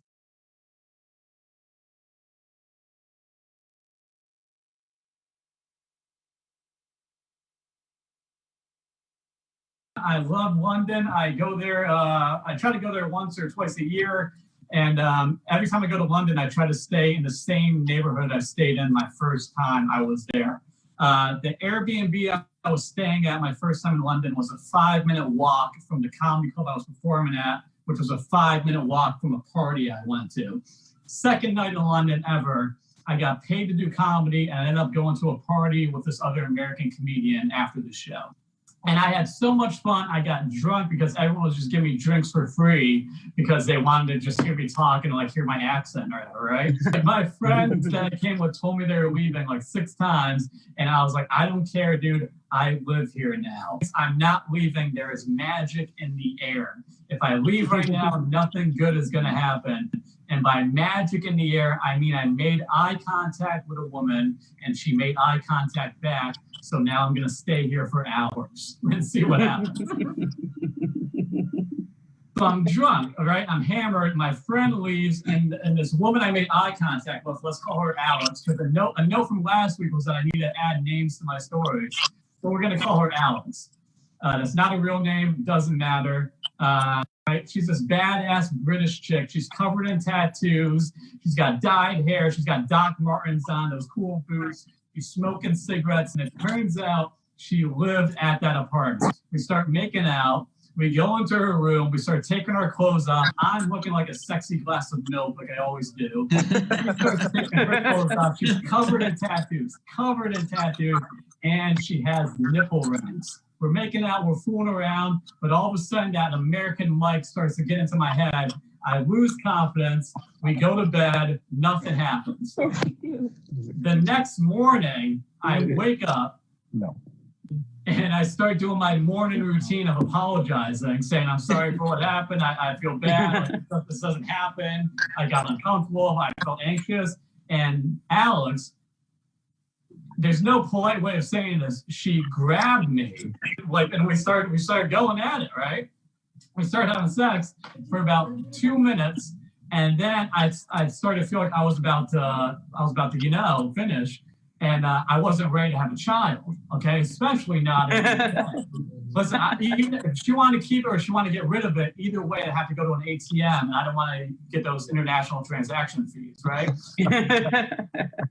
So I stopped and I said, sorry, I think I was about to be done. And she didn't give a fuck at all.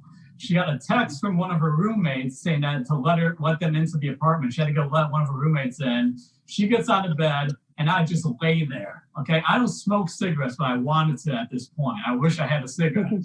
And I just lay there naked in this chick's bed for 10 minutes. She doesn't come back. 20 minutes. She doesn't come back. 30 minutes, she doesn't come back. So I get dressed, I walk out into her hallway, and she's just watching TV with her roommate. And she looks at me and she says, I thought you left. I felt dirty, I felt used, and I loved every single minute of it. It was fantastic.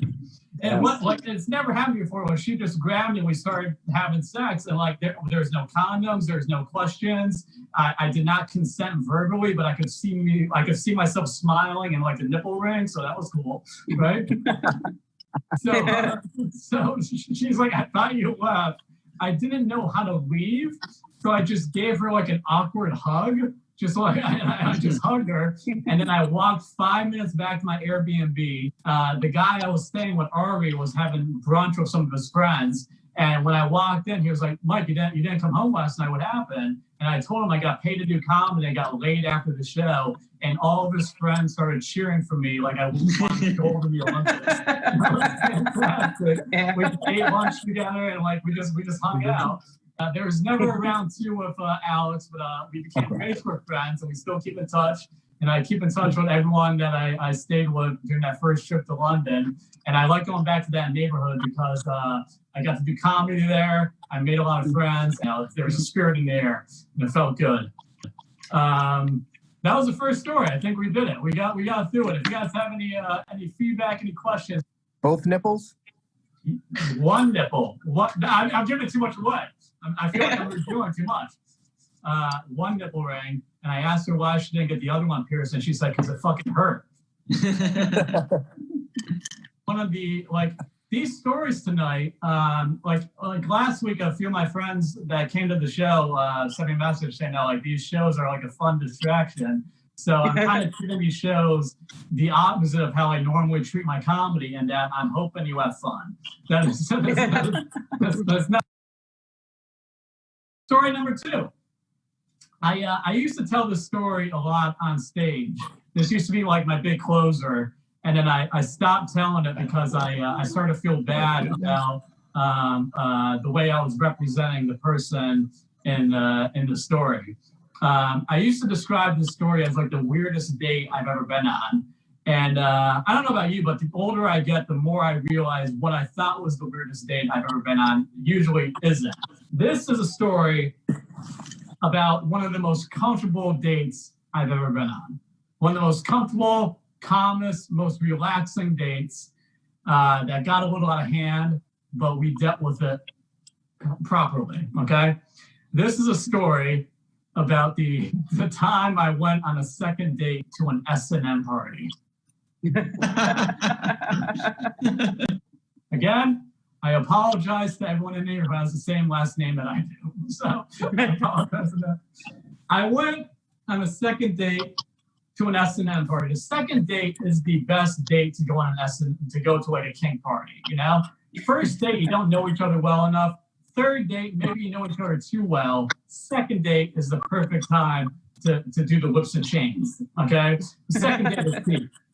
So let's call her Sarah. I was getting drinks with Sarah, and Sarah is my type. You know, she's confident. She knows what she wants. She knows who she is. She knows what her goals are. She knows what she's working on. She knows what she wants to fix about herself. And if you don't like that, fuck you. She doesn't have time for you. I like that a lot. Okay, I like people that just know who they are.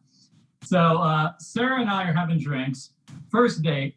And somehow the conversation comes to like what turns us on, what our kinks are. And she asked me, she's like, Mike, what are you into like in bed? What are you into sexually? And I gave the classic dude answer. I said, well, what are you into? Because I could be into a lot of things. And I'm not gonna be the one who says it first. Like I want you to say what she's into, what you're into. And I'm like, yeah, I'm into that too. Why not? Like she's into rough stuff. Like she's into like getting choked and getting tied up and getting spanked. And she asked me, she's like, Mike, would you be into doing that with me? I said, yeah. Yeah. Who's the idiot that would say no? Like, even if you have no experience in that, why would you say no to that? Yeah, I was a single dude in New York City. Of course I'm down with that. Why not? Our first date ends. I think she's never going to talk to me again. Like, I think that's like, it's too good to be true, right? A few days later, I'm at work, and I get a text from Sarah telling me about a kink party happening that Friday. And she asked me if I want to go, and I said, yeah. I said, absolutely, I'm down. Again, why would I say no to that? And then she asked me this question that I will never forget for the rest of my life. Do you own a ping pong paddle? And at this point in my life, I didn't even own a bed. Like this was the air mattress years. I didn't have a bed. But I told her, yeah, I have a ping pong paddle.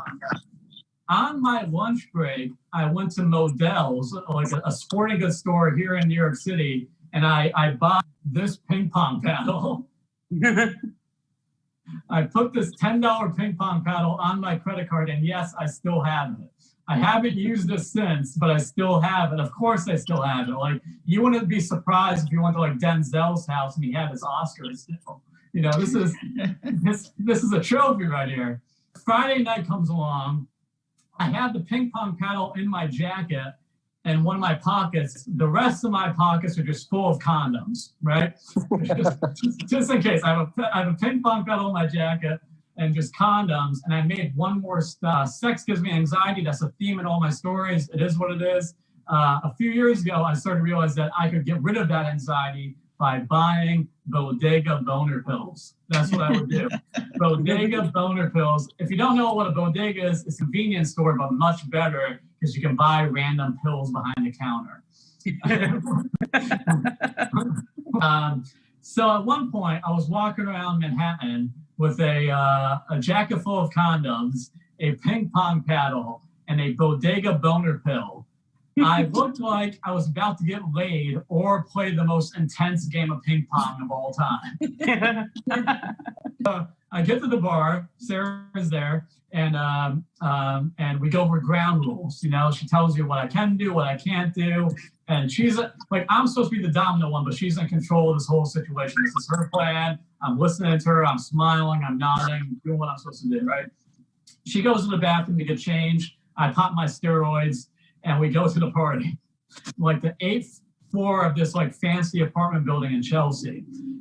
We get there, we knock on the door, and this woman opens the door, right? This older, adorable woman is like working the door. She's taking the money, and like picture your mom's best friend, but like with a collar on and like covered in leather. Like that was this woman. She's taking the money, right? Sarah and I paid the money to get in. This woman opens the curtain, and the first thing I see is just like a bunch of old white men on leashes, like getting dragged around by these hot women, these hot young women dragged around these old white men, like old white men. Like everyone I saw looked like Jeff Sessions, Lindsey Graham, Robert Kraft. It looked like an after party for the Republican National Convention. That's what I'm saying. This old white dudes. And Sarah and I are like freaked out. We were kind of like, should we be here? But we already spent the money. We didn't want to ask for the money back. So we walked in.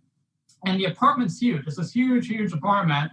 And luckily, we got to a spot where there's like people our age there. So we felt more comfortable. Part of the apartment's broken up into different sections. There's a section over there for like tying the person up. There's a section over there for like pouring hot wax on each other. There's like private sections in the back, so you can go there and question your decisions. But right in the center of the room, there's a bench. The bench is there. By the way, there's like Lysol wipes everywhere. It's like one of the cleanest places I've ever been to. Like one of the cleanest parties. Like everything's getting cleaned down. They have a whole team of people like just wiping everything down, right? So right in the center of the room, there's a bench, and like one person is supposed to lay on the bench, and the other person is supposed to like spank that person, and everyone at the party watches you. Like there's a bench in the middle, surrounded by like 25 to 30 people, like some gladiator shit. And everyone's cheering, they're ranting, they're having fun. Like it is, people are getting into it. And Sarah is like, I want to do that. I think, did I start out by calling her Sarah? Like Sarah's the name I gave her, right? Yeah. Yep. It's not a real name. It's my first time trying to add names to my stories. I'm like, I think I called her Sarah. Yeah. So Sarah's like, I want to do that. So I'm like, all right, let's do it. But we spent some time like getting adjusted to it, and then we got in line for the bench. Like we were waiting for a ride at fucking Six Flags or something, right? And so we get in line, and I'm asking her like basic second day questions, like, so where are you from? Oh, you know, what do your parents do? So we're in line, and all of a sudden it's our turn to use the bench. It's like 25, 30 people like gathered around. Sarah walks up like a fucking boss, and she wipes it, she cleans it up, and she lays on the bench. And now it's my turn to perform, right? So I wind up and I do my first spank or whatever. Nothing. Nobody reacts. No one, like, the crowd's silent. Sarah's silent. I get nothing. I do it again. I wind up. I give it my all. Right. Nothing. All of a sudden, this skinny dude, skinnier than me, with a mustache. This guy with a mustache wearing a leotard walks up to me. Leotard, mustache, skinny dude. Think like Prince, but like at an S&M party. Okay. Walks up to me and he says, "You're doing it wrong. You're doing it wrong." And he walks up to Sarah and he says, "Sweetie, do you mind if I try?" And Sarah, I don't know if this is what she actually said, but I'm pretty sure I heard her say, "Hell fucking yeah." I'm pretty sure.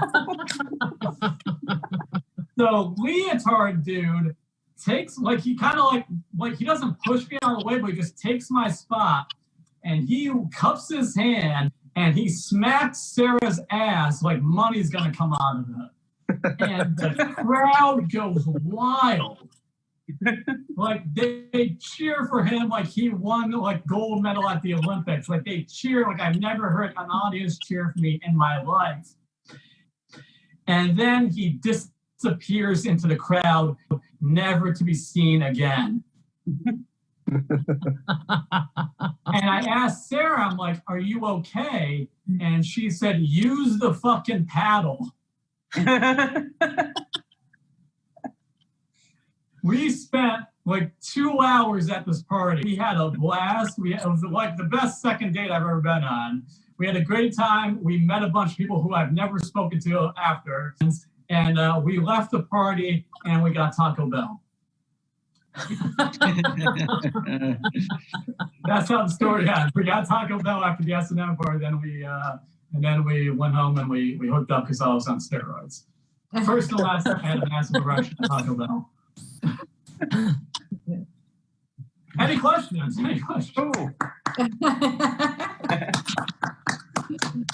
Hey, I'm wondering, at a party like this, did you feel like you needed to be drunk or to be on drugs to feel comfortable in that environment, or do you feel like it was we were both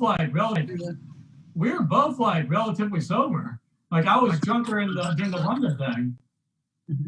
They had like a bar area, but it was like an apartment, so it was like folding tables set up. It was like the drink section of like a middle school dance. It was so weird. Like were most people drunk? Were most people drunk? I was pretty sober, yeah. Wow, that's amazing. I'm very comfortable in uncomfortable situations. You know, like I'm very uncomfortable in comfortable situations. That's just who I am. And whenever I show up in the town, I hope the person I'm staying with is nice because I could use like a friend to tell me about the city. Because like I don't do any research before I travel to a new city. The only research I do is I book the flight and then I try to find a place to stay. And this story is about how I got this power adapter. Fascinating, I know. This is another prop that I should bring with me to every comedy show. It looks like somebody could use at an S&M party, actually. So this is a power adapter you can use in Italy and probably some other countries. So this is a story about the time I went to Italy. Yeah, like you never buy a power adapter when things are going well. Like I really needed this. You only buy a power adapter when you get to a new country and you're like, oh, I am not prepared to be here at all. Okay, I can't even charge my fucking phone, right? So I got this power adapter from the person I was staying with. I was staying at this guy's apartment. Let's call him Marco because that's close enough to his real name. And I'm not worried if he finds out about this because, like, you know, he deserves credit for this story. Marco picked me up at the train station. I got to Rome, and Marco told me that it'd be difficult to find his apartment by just walking there, especially because my phone only worked on Wi-Fi. So he said, I'll meet you at the train station, right? I get to Rome, And I don't see Marco anywhere. So I go and I stop at this cafe. I get a pastry, one of the best pastries I've ever had. It was so good. I went back to that cafe every single day I was in Rome. It was delicious. I'm eating my pastry and I hear someone say, Michael, and I look up, it's Marco. Marco's right there. Marco is standing there. He looks just like he does in his profile picture. He's got a nice smiling, welcome face. He says, welcome to Rome. I'm happy you're here. He takes my bag and we start walking to his apartment. And Marco's like an interesting dude. He doesn't want to live in Rome. He doesn't like Rome. He's only in Rome because he has his job there. His work is in Rome, so that's why he's there. His work is tough. He doesn't have a lot of free time. So he only gets to make friends by having like travelers stay on his couch. Like he offers his couch for travelers, but also so he's not like alone all the time. That's how he makes friends, right? So we're walking to his apartment. He's asking me about New York. I tell him about my comedy career. I tell him why I'm in Rome to do shows.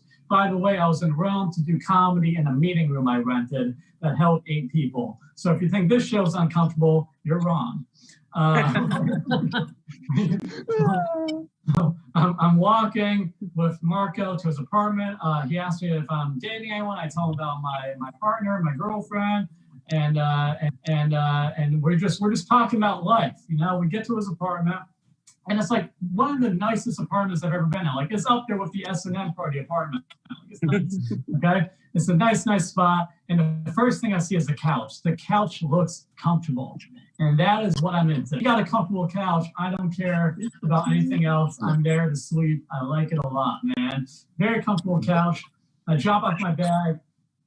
Marco makes me a cup of coffee, and we just start talking about life. He talks to me about like what I'm working on and like what I'm working through, and we both have like dysfunctional families. I've only known this dude for like 20 minutes. I'm already starting to know him like he's becoming my best friend in Italy. And Marco's got to go to work, right? So I leave to go sightseeing. Marco goes to work. Marco says, come back at 7 and I'll make you food. And I'm like, that's great. All right, cool. So I go sightseeing, I'm walking around, 7 o'clock comes around, I go back to Marco's apartment, and he made me dinner. We got fresh mozzarella, prosciutto, bottles of wine, right? Something else, but I forgot it, but I don't want to look at my notes, doesn't matter. He made me a nice meal. And we're drinking, we're having a nice conversation about life. And Marco's whole goal right now is to be more present and in the moment, and spontaneous and not being trapped in his brain. And I'm like, dude, that's everything I talk about in my comedy. You know, my whole goal right now is to be more present, be more open, be more in the moment. And we're having this beautiful talk. We're drinking wine. It's beautiful, right? And then Marco asked me how I use couch surfing, which is the website I found him on. And couch surfing is like Airbnb, but for couches, and you can stay on that couch for free, right? And I tell them that, like, with couch surfing, I just stay with people that have good reviews, and I like to avoid people that want their guests to be naked. You know, that's something that happens. That people will only let you stay there if you're naked the whole time. And I try to avoid that. And Marco says, so you didn't read my profile.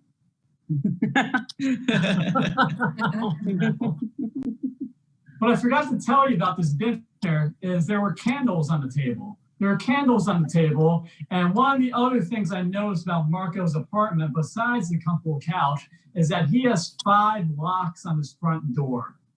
Now, when I got there, I asked Marco, I'm like, hey man, is this standard in every apartment in this building? Does every apartment in this building have 5 locks on the front door? And Marco said, and I quote, no. But the couch was comfortable. I didn't know anyone else in Rome, so I'm like, whatever. I decided to stay. Some people would say that's white male privilege. Some people would say that's stupid. I'd say it's both. So we're having dinner, right? We're having dinner, we're drinking wine, and he says, I prefer my guests be naked. Those are my house rules. And if I had a body like yours, I'd be naked all the time. And if I'm being honest with you, one of the nicest things anyone has ever said. about my body. It's like now my girlfriend's like, hey, you're having a good hair day. I'm like, that's all you got? That's it? He says, if I had a body like yours, I'd be naked all the time. I am living with a man I met on couch surfing while locked in his apartment in Italy. And I didn't feel uncomfortable at all. I don't think he realized the crazy person he was dealing with. I felt fine. I just kept laughing. I'm not getting naked. I'm not taking my clothes off. And he's like, come on, man, just take your clothes off. I didn't know what to do. I felt comfortable, but I didn't want Marco to see me naked, especially after all that cheese and bread, you know. I didn't want anyone to see me. But he kept asking me. He's like, just take your clothes off. I think you'd be more comfortable and more present if you were naked. And I felt fine, but I didn't know how to get out of the situation. So what did I do? I took another sip of wine and I took my shirt off. I took my shirt off.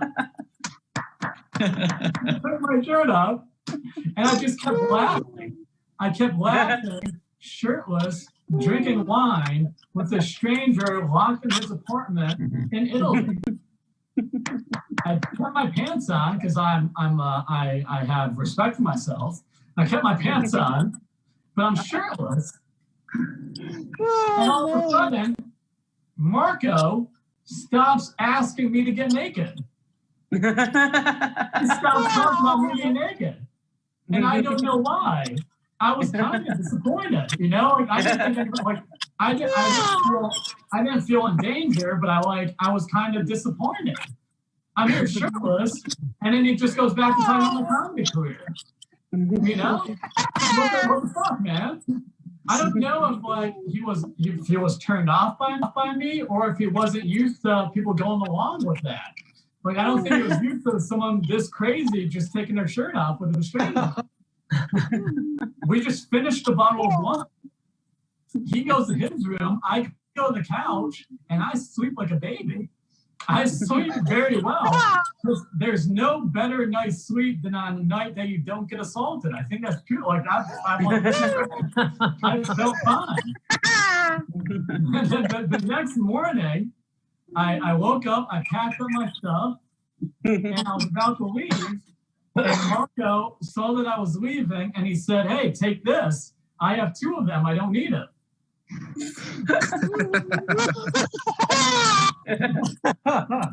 And that's how I got this power adapter. I left Marco's apartment. Nothing happened, you know? He friended me on Facebook a couple months ago, and I denied it. I denied his friend request. And I feel bad about that. And I was reading his reviews on Couchsurfing, and it turns out he pulls this move a lot. Like, I didn't read his reviews well enough, and he makes that move a lot. And but I might stay with him again. You know, the next time I'm in Rome, why not? He has a safest apartment in Rome. He has his front door. You know, he's a safe guy. He might be dead too. Who knows? I don't know. There's a lot of deaths in Italy right now. Next time I'm in Rome, I can charge my phone. Oh wow, it's almost 9 o'clock. Nice. This worked out. Cool. Any like, I guess we'll do some questions and like a hangout. So any questions?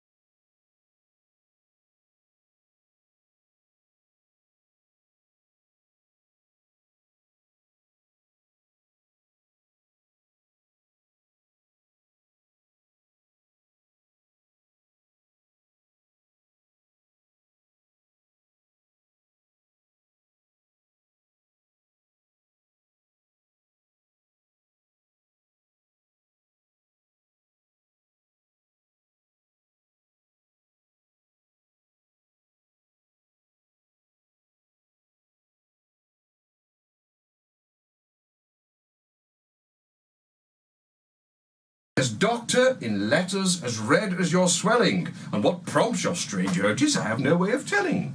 The appropriate nurses are coming to catch you, so sit still while I fire this tranquilizer dart at you.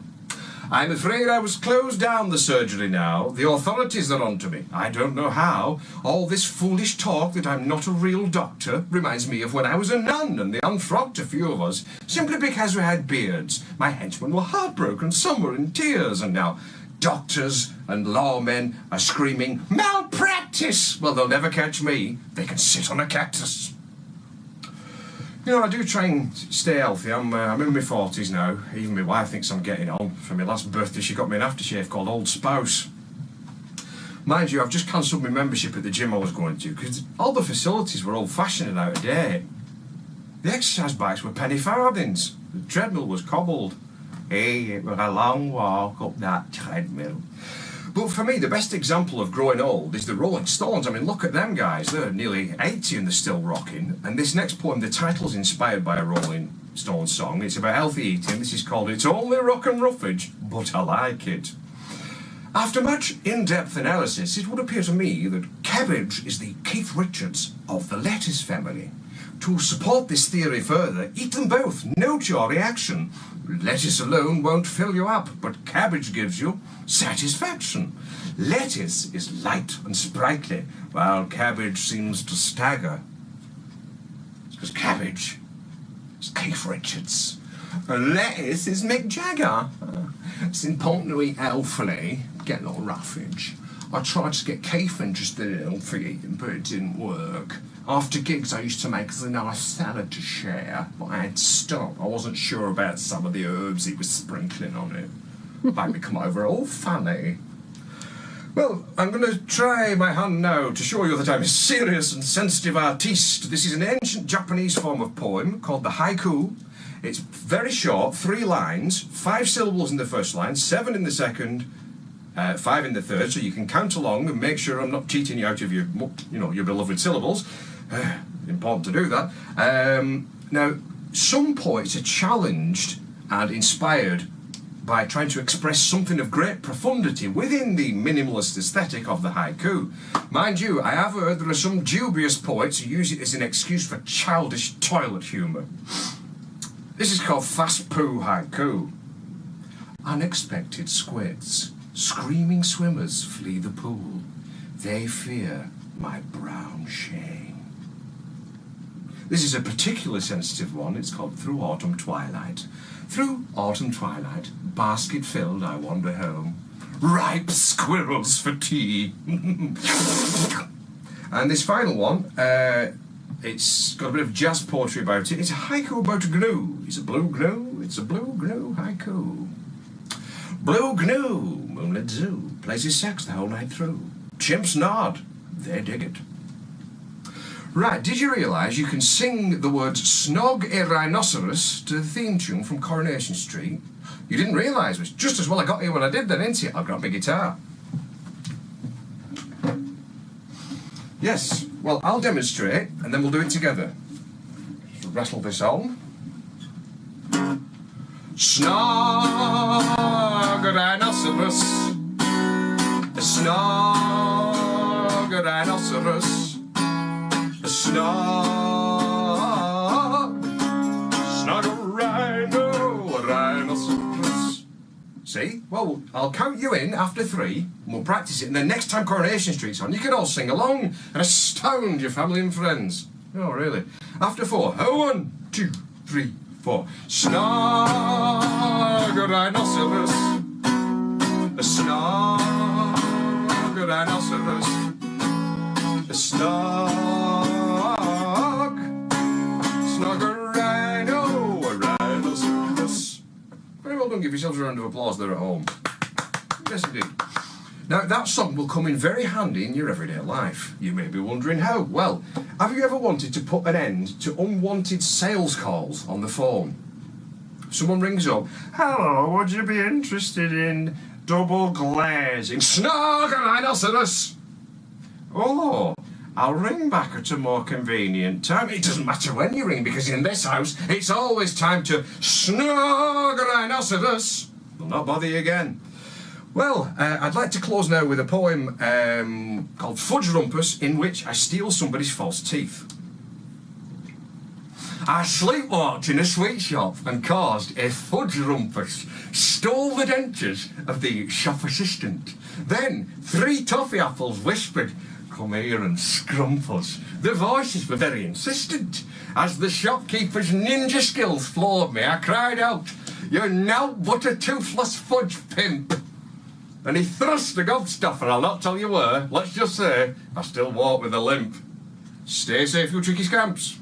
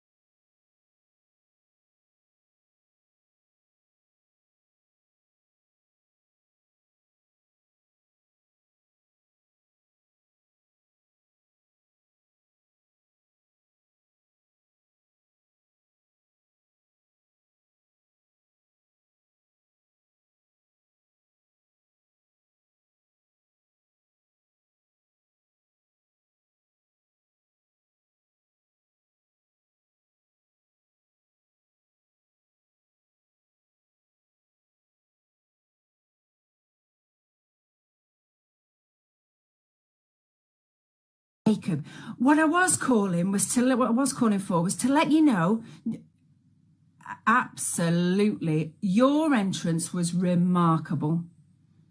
I think I can safely speak for all of us when I say that no one has ever backflipped in before. Yes, it was an excellent demonstration of your flexibility.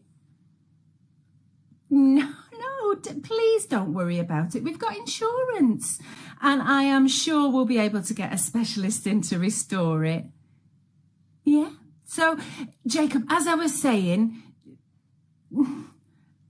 your answers were really well researched in context. No, your references to the programs that you've watched spanned a really wide range of TV channels. Yeah, we were really quite taken aback by your levels of knowledge. Okay, so the purpose of my call, Jacob. Without doubt, your enthusiasm shone through more than any other candidate. No, none of them made up a cheer for the team or even brought their own pom-poms. There was just one tiny weeny issue, Jacob. It was around your qualifications. Oh, even taking into account your cycling proficiency. No, unfortunately, and if it was up to me, Jacob, this wouldn't be the case. But we're not going to be able to offer you the post as a consultant anaesthetist. Okay. Goodbye. Michaela, where's my damn coffee?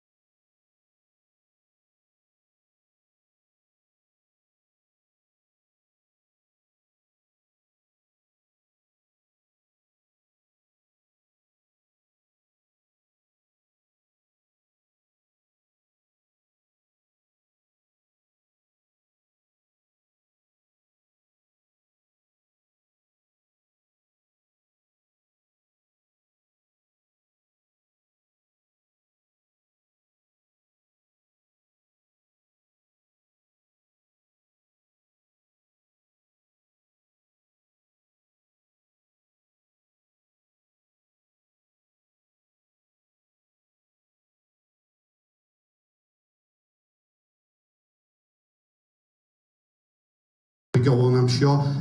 Tonight, I'm Chris, by the way. I'll be your host for this first little bit, and then we're going to swap round. This is Phil, Eddie, and Tom. Hello. So, yes, we'll just be asking for your suggestions as we go. So let's crack straight on. If you know what we're doing, we'll see if you do. The first game is called Piece of Paper for Eddie and Dom, so grab your bucket there.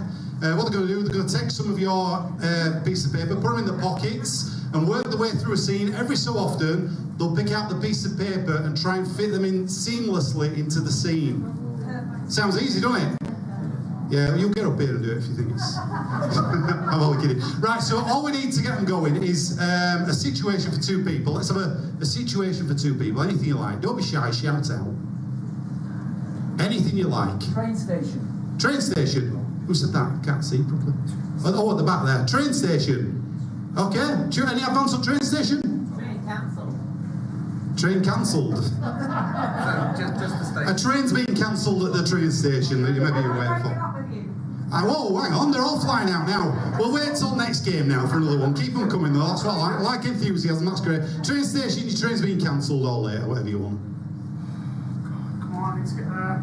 Need to get there. Come on. Absolutely ridiculous. They've just cancelled it. Yeah, I know. Excuse me. Yeah, I know. Excuse me. On the phone. Yeah. I'll see you later. Yeah. What? Fucking apology? I'm not sorry. Did you cancel the train? Is that why you're not apologising to me? That's what I was trying to tell you. I have got to be in a meeting for a new brilliant startup business in 15 minutes. Well, you should have been an arsehole, should you? I was clearly here trying to tell you the train is cancelled. Well, I'm on the phone. Do you know why it was cancelled? Have you spotted Freddie Mercury in the audience? That's not appropriate. Have you spotted him? That's not appropriate. I have. Do you want to know why it was cancelled? Go on, tell me that. Is it quick? Squeeze me slow. That's the only way you get this information. I thought I'd seen you on Tinder. Well, how come we didn't match? I'm not here to match. I'm not here to look for me. I'm here to get on a train which isn't here. I mean, for God's sake, put wood in hole. Why are you off to Skegness for a start business meeting? Because that's the new happening place. Really? Yes. Really? I am the wood that's going in that tech startup hole. World's worst sex therapist. Put wood in hole. It's not difficult. What's wrong with you? Sex is easy. That's trains, they're difficult. Right, do you want to know when the next train is or not? I would be delighted to know. When's the next train? They don't know. How awfully high-tech of you. Yeah. Butt plug. Over there, see over there? There's a 1794D class, came off the line. Do you know what the special name for that one is? I'd give that female barmaid a jolly good Rogery. Oh, well, let that there. Give a round of applause. See yourselves down, you animals. So you get the idea. Right, then we're going to crack straight on with the next one. This is called Pitch It. I'm going to be a movie producer.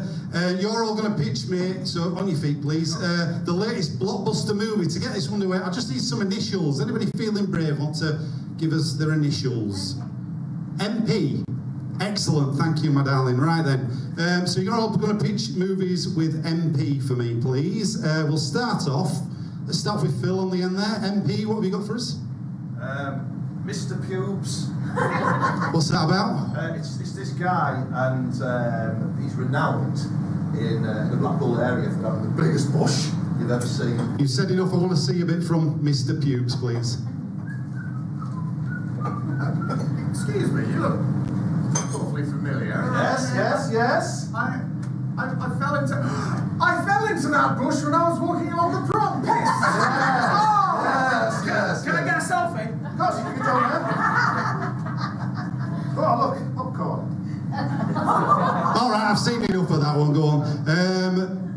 Eddie, what have you got for us? Murder possum. Murder possum, what's that about? It's about a little furry marsupial thing.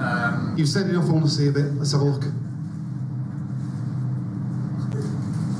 Look, be careful around here, mate. These possums are fucking deadly. Nah, mate, nah. I didn't warn you. All right, never seen it for that. Nice, okay. What have we got for us, Dom?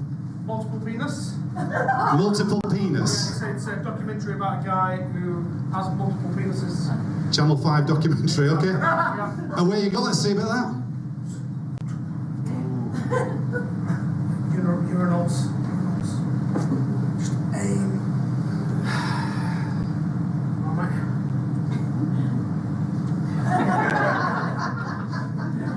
We'll end that there. Should we do another round of this, I think? Shall we? Yeah, let's try and get a good one. You, sir, what's your initials? I know it's a tricky question. Sorry to put you on the spot.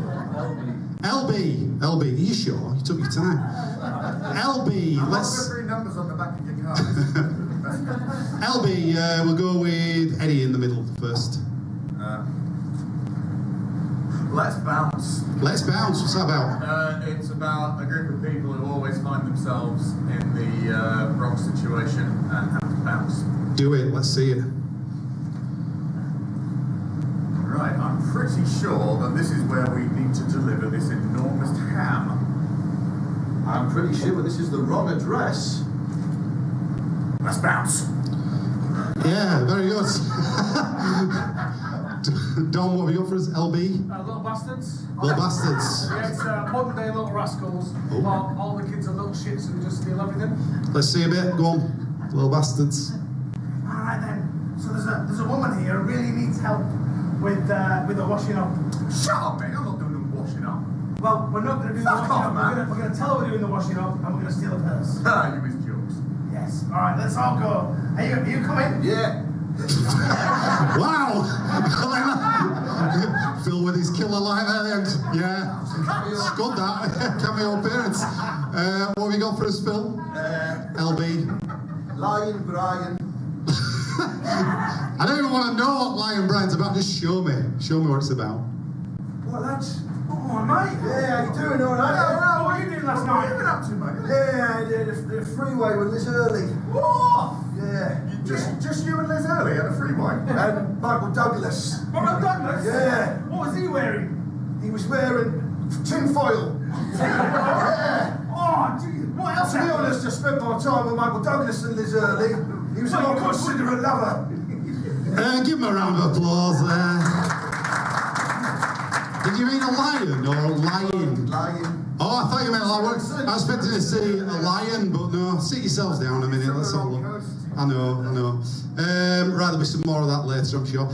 Next one is called Newscast. I'm going to be the anchor of a news programme. Don will be my guest in the studio, so get a couple of chairs out to front here for us. Eddie will be our on-street reporter. Phil will be a guest on the street. So we're all going to have to go this. Just keep going. They didn't notice. Keep going. The whole thing's a car. Keep going. Put it back on quickly. Nobody will notice. It's fine. It's fine. I'll keep them looking up here. There we go. Right. So all we need for this is a newsworthy story. Something light. Let's not go too dark unless you really want to. There will be some language tonight. I should have said that at the start. And some adult themes. Anything you like? Newsworthy stories? Shout it. Not Brexit, mate. Press the fuck out of everybody. We've done it so much. We've had Donald Trump so much as well. We've gone everywhere with Donald Trump. We'd like to try and keep it fresh. Anything else? Theresa May, the aftermath. Theresa May, the aftermath. Should we do it? Yeah. Any advance on that? No. Okay, we're doing it. Good evening, we interrupt your regular program to bring you this breaking story. Theresa May is on an aftermath, a warpath. We don't know, we're going to find out. With me is Theresa May's previous advisor to maybe tell us a bit of what's happened here now that PM is obviously an ex. Yes, she has decided to give up politics completely and go into a variety of new businesses. Okay, these would be? She's started to be a school party clown. She's opened a franchise in Subway. And she decided to become an author, but not a tell-all book. She decided to do a pop-up book. A pop-up book, you say? And what happens in the pop-up book? Just little Boris Johnson just going around there. Tends to be a lot of middle fingers. I see. Can you tell us anything else she's doing, or is that? The former PM doesn't keep me abreast of all the situations, but I can tell you she's booked up as a clown until October. Oh, so she's doing very well in that. Doing very, What very kind of well. skills as a clown has she used before, do you think? She's very good at balloon modelling. She can come out of a cake. She's not very good at magic tricks, although she can make herself disappear. Beautiful stuff. We're going to go on live reporter out there now. Are you there? Yes, I am. I'm here. I'm here with Linda Johnson. Linda Johnson is the last remaining person in the UK who thinks Theresa May was all right. Linda, what do you think about this new approach for Theresa May? I'm extremely disappointed that we've now got that big daft bastard in charge. And Theresa, lovely Theresa, no more politics. But what do you think about she's going into the sandwich and author market, which she's very fond of, and the clown? Yes, I'm particularly interested in the clown one because I've always liked Theresa's makeup. Yes. And I'm interested to see what she can do with bushia, a squirty flower, and big shoes. Big shoes, indeed. To Phil, back to you in the studio. Speaking of big shoes, I'm here with Bobo the Clown, a very upset Bobo the Clown, who apparently has run out of work now that Theresa May is following the clown path. What can you tell us about this? Well, I was doing all right with the parties, and then Theresa came over and got that book there. And is it true she... I know this is very upset for you, Bobo. Oh, that's very good. I like that. Very good. Is it true? Yes, you do them all, I see. You're doing it. Oh, thank you. That's a lovely crowd. Since you're out of work, can't give you. Is it true that Theresa May also run you off the road into a ditch? She did. And what did she shout at you?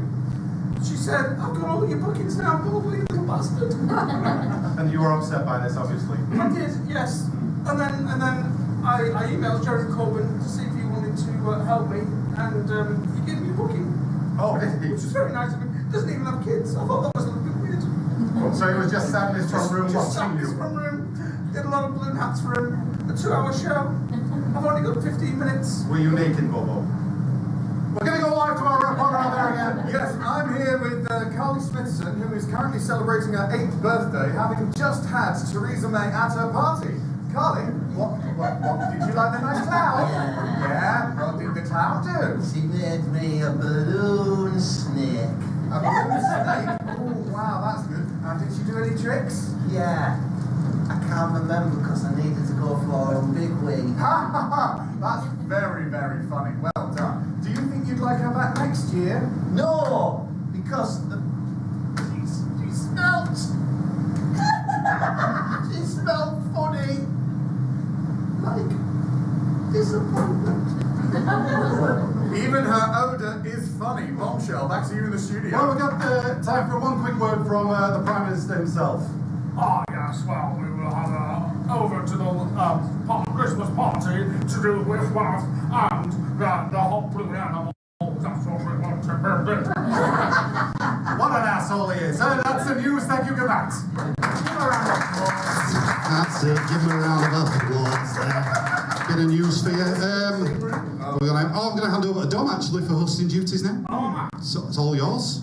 Woohoo! Okay, the next game is called Party Guest, which means Chris, just fuck off. Go on. Don't miss him. He'll be fine. Just give him a few minutes. Okay, so this next game, we're going to give these two a bit of a quirk.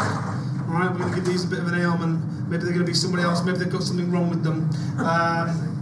But we're going to pretend what they've got wrong with them, not really they've got wrong with them. And then Chris is going to come in and try and guess. So we need something that's quite exuberant. So can we have some ideas for Eddie?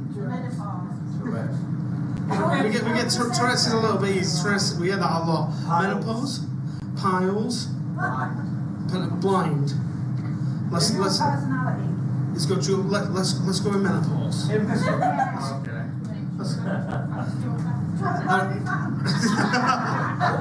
All right. What about Phil? Can we have some for Phil? Impotent. I mean, no, we're not doing what I've already got. Come on.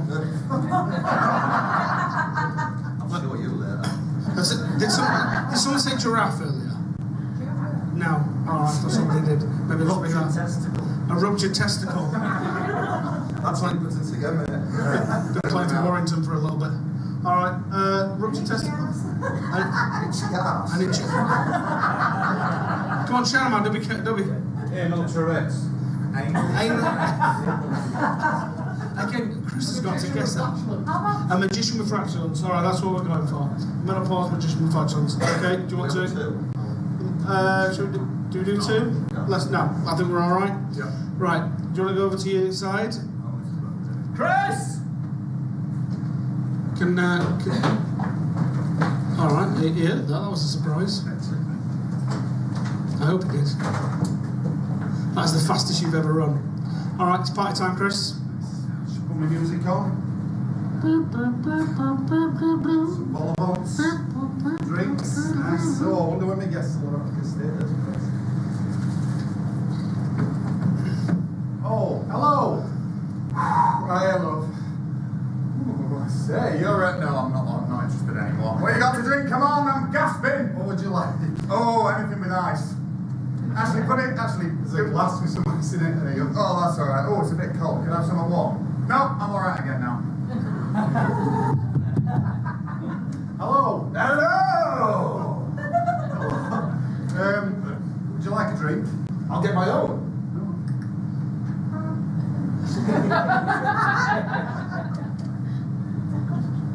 What are you drinking? Over there. Yeah! Oh, I see you've got volleyball. To tell you what, diet starts tomorrow. Ha! I've eaten so much, I'm such a fat cow. And I've got a beard. I don't care. I'm a self-empowered woman. How are you going through the chair? Looking at me. Yeah, there you go. Tell me, do you throw these parties very often? Let me show you something. Are you ready? Watch the ball. Watch the ball. Watch the ball. Watch the ball. Watch. You're a really good magician, but you got something stuck up your ass. Not quite. Fellas! It's a good guess. Oh, yeah. You're a great magician, but you've got dietary problems. No? Of course. Oh, the train's got me. I think it's you, mate. You got bad flatulence and comedian. There we go.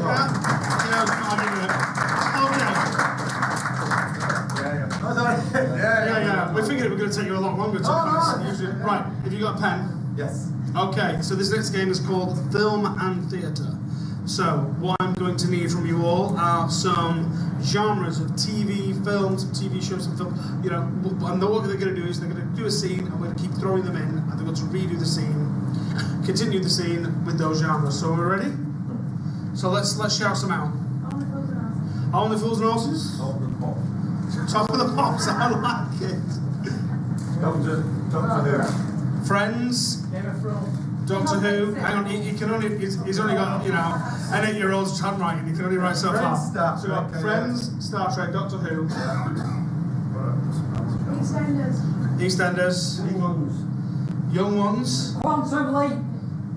Quantum Leap, the voice in the back. Can we get some film genres? Goonies. Star Wars. No, I'm not with these guys. They'll just go on for 2 hours. Star Wars. I know. There's no way you're doing Star Wars tonight. Next. Saw. The Rocky Horror Show. Yeah. Can we get some like Western, sci-fi? Sci-fi. Romance. Westworld. What was that? Sorry. What was that? Stranger Things. Stranger Things. We got enough, or we need some more? Superheroes. We got some superheroes. What was that? Silent movies, superheroes. Disney Princess. I like it. Debbie does that. All I'm saying is, if you're asking for it. Beautiful. Musical. What type of musical? Grease. Hairspray. Hairspray. My Fair Lady. West Side Story. Not that many musicals, come on. Right, okay. Mary Poppins. Can we get, let's get some, we got that. Yeah, let's get some TV genres. I mean, like genres, like not specific programs. Pardon? Kids TV. Yeah. Cops crime. Cops crime. Reality show. You're all trash. You're.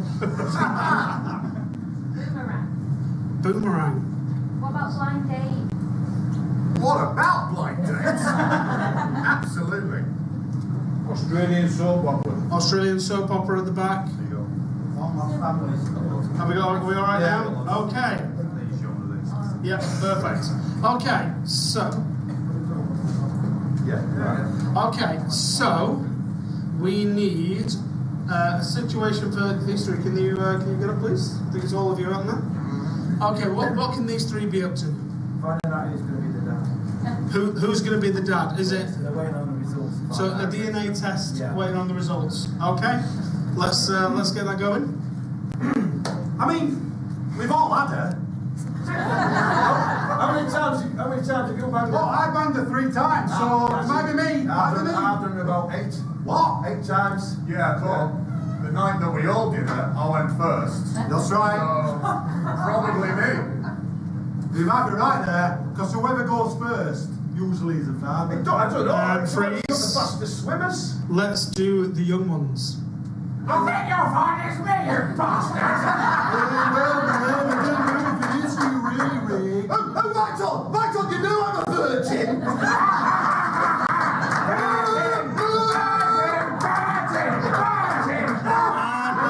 We'll freeze just there, and let's go into EastEnders. You fucking slag! You had her how many times? I had her 4 times. That's how many times I had. Get out of my fucking way! It's what comes now! Like I said earlier, we all have a splash. But that's my granddaughter's friend's cousin! You've all been having a splashing. And freeze. Let's move it on to crime. Crime. I mean, she's dead now. Yes. I didn't kill her.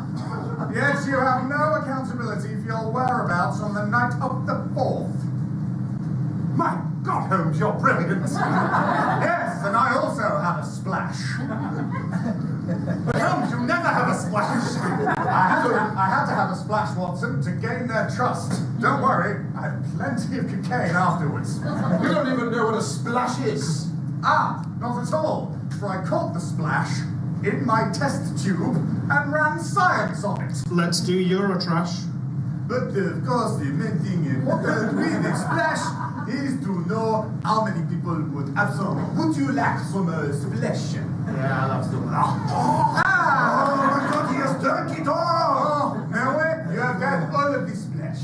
Now we go live to a report about details. Debbie does Dallas. Give me that splash back. There you go. So, are we all pregnant or what? Yeah, we are all pregnant. I don't know who the father is. And we need to know which one of us is the dad. Yeah, could get confused in this. It could. Should we just nosh off a lot of blocks until we work it out? Yeah!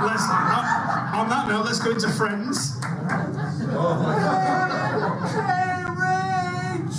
Could I be more the father? Hey, Rachel, I'm talking to me. She's saying that you're the father and I'm tripping me as the father. Somebody broke the sofa in Joey's. Watch out, there's gonna be my baby sucking on those things soon. Oh, you're showing the nips again, Rach. Disney princess. Gosh, she's fine looking. That's right, Mulan. I fell down a cliff. Yeah, you hurt yourself, didn't you? I did. Now we need to find out who's the father of your child. Gosh. That could be a tricky We'll one. search the whole of China if we need to. Yeah. Should I get off the magic carpet? We're going into Hairspray the musical. Who is the father? We all want to know. Oh, it's Hairspray. You know, I might already be pregnant, I don't know, cause I'm so fat, but endearing. She's pregnant, she's pregnant, she's pregnant, she's pregnant. pregnant now. She's pregnant. Oh, God, I'm pregnant. All right, we're going to leave it there.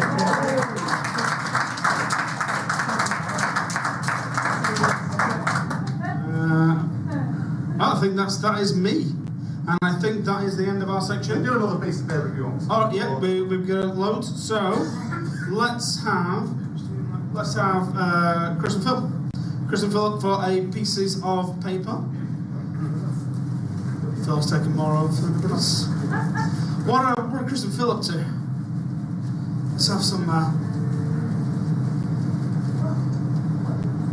What can they be doing? First date. First date. A first date in the supermarket. You've been on a date with Chris before, haven't you? Loves that Tesco. All right then, Chris, you're on a first date in the supermarket. Hey, you made it. Oh yes, I did. In fact, you could say a chop in the ocean. I got them as well. They're on offer. Oh, did you? You want some chops? Yeah. Oh, well, that's sea salt. Hey, you look like a real good shot. I go literally wild in the aisles. You know what? Standing on my big saggy tits. Oh, sorry. Please be careful with them. I usually put them in my trolley. In your profile picture, they were a little bit more purred, and I remember clicking on your profile and just thinking to myself, if the cap fits.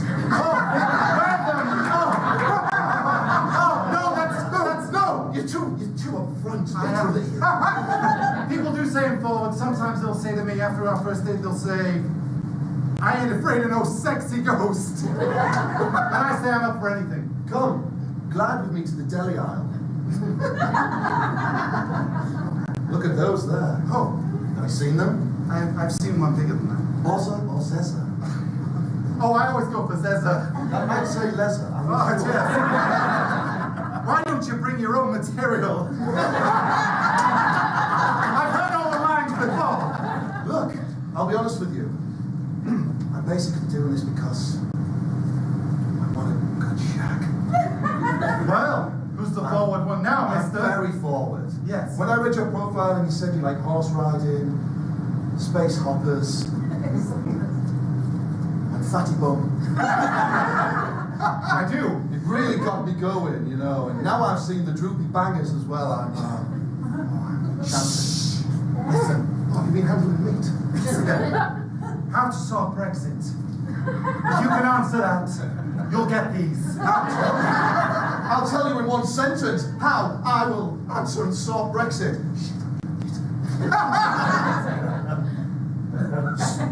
Stop getting Bond wrong! Okay, I think we're going to end it there. That is how we're going to stop Brexit. We're going to have a little bit of a break now, so you've got 15 minutes to go and get a drink, go and have some wheeze and poos, and come back and we'll do it all again. Does that sound good? Okay, see you in about 15 minutes.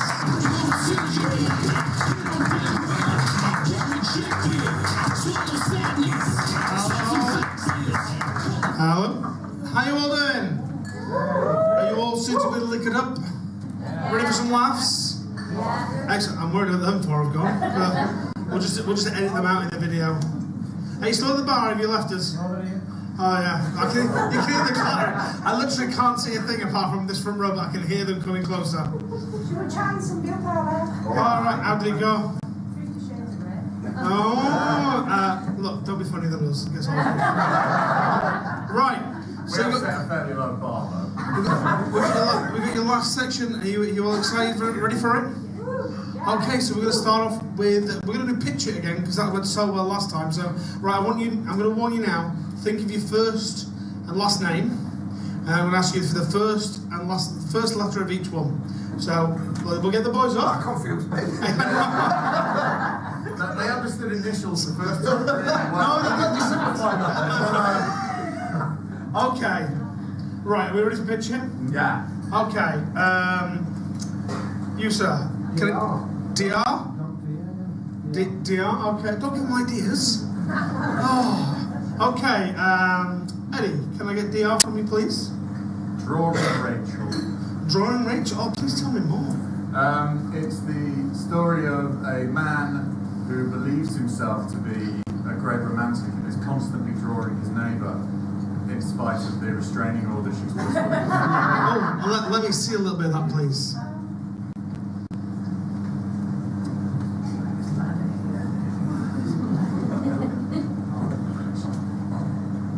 You told me again, you pervert! I've drawn you with one of them out.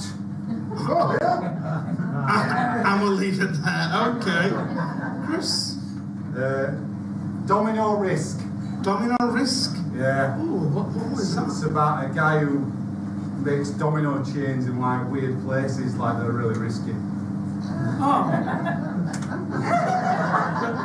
I mean, we can see a little bit of that, but okay, let's see what it's like. Right, sneaking into my neighbour's bedroom.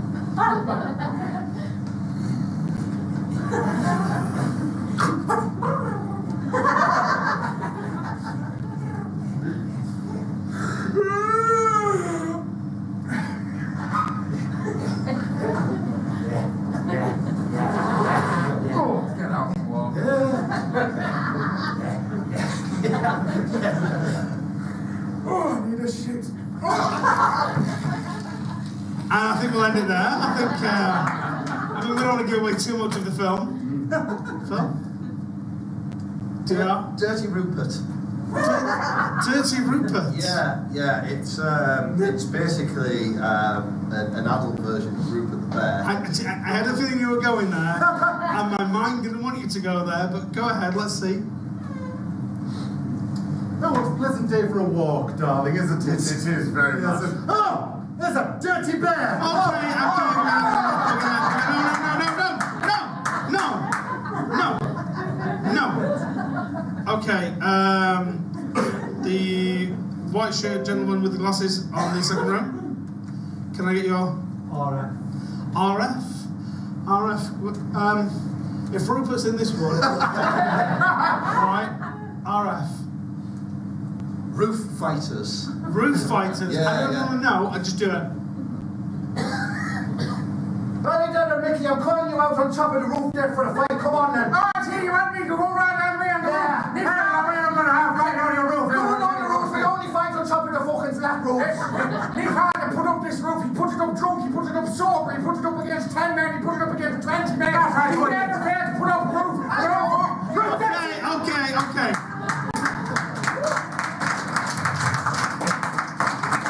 So it's just three blokes arguing for the film and nobody actually fights, is that right? Yeah. Okay, Chris? Royal Farts. Royal Farts? Give us a It's about the royal family and there's just loud, silent ones. Oh yeah? I mean, that'd be good for film, let's see. Come along, Philip. Yes. Come along, let's wave to the... Listen, mother, it smells like something's died in there. I'm going to be the king soon, aren't I? Don't waft it, you silly big-eared bastard. I beg your pardon, I just passed something organic. Charles, could you pass my slippers for me? Yes, certainly. Okay. Well, we're never doing the Royal Variety performance, are we? Eddie? Regular fries. Regular fries? Yeah. What is it? It's the new Pixar film. Set in a fast food restaurant where all of the food is alive and talks to each other when the people aren't there. I can't wait to see this. Hey, you guys, do you ever feel like you're just a regular fry? No, I'm a cheeseburger. I'm sorry, Cheesy, you wouldn't understand. Hey, I'm a large fry. Yeah. He is. Yeah, I want to know how I become like you. I want to be a large fry, not a regular fry. Listen to me, kid. Oh, you're so strong. I know. You gotta have it where it counts to be a large fry. I guess I was just from the wrong potato. Hey! I'm gonna call it now. I do really want to see that film. Can we? Okay. So, can we bring out the buckets, please? Because for the final time tonight, we're going to deep dive into the bucket for our final game of pieces of paper, which is Phil and Eddie. So, we've had an occupation. Let's have a hobby. What is two matches for that? What is Eddie's? What is? Give them a hobby. What could they be doing? Pardon? Pool. Fishing. Pool. Bird watching. Jogging. Look at these two. Not jogging. Let's aerobics. Okay, we're going to do aerobics. Okay, you're at an aerobics class. Let's go. And rest. Oh, yeah.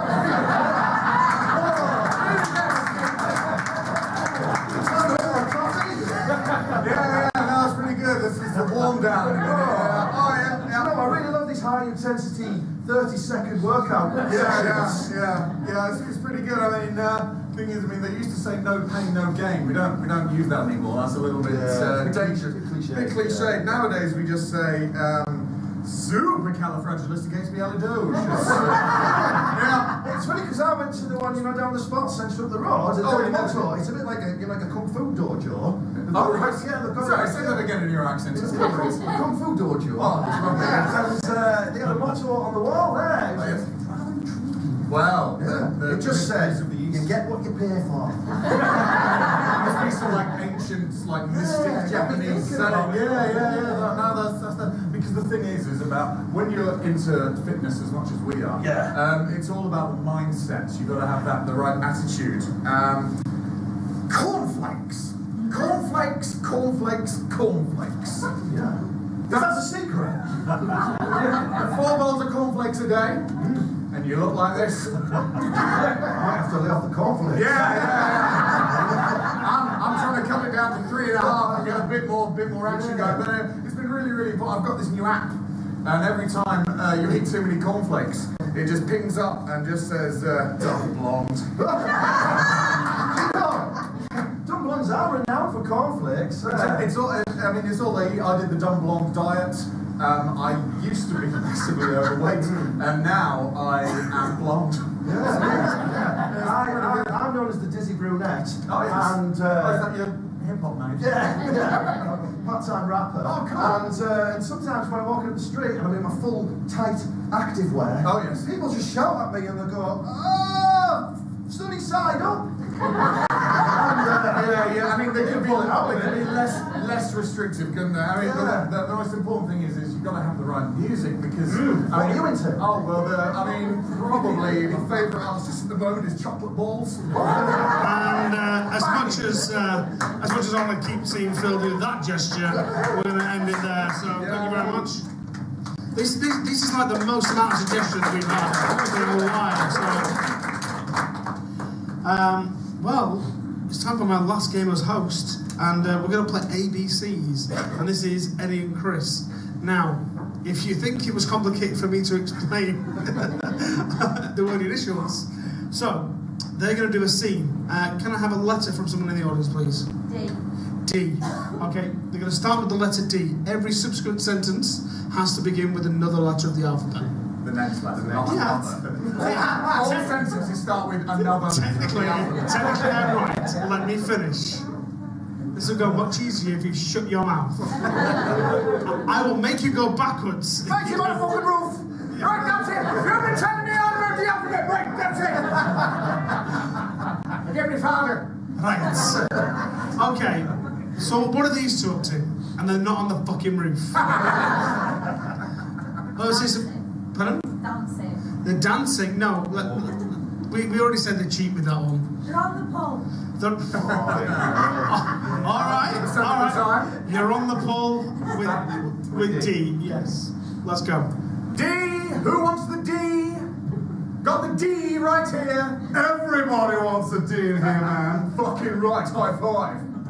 Got you right there with that high five. Have you seen a tasty little salt that you like the look of? I've seen lots of them around here, my friend. Just a handful in here, then we'll move on somewhere else to get pulling. Keep calm.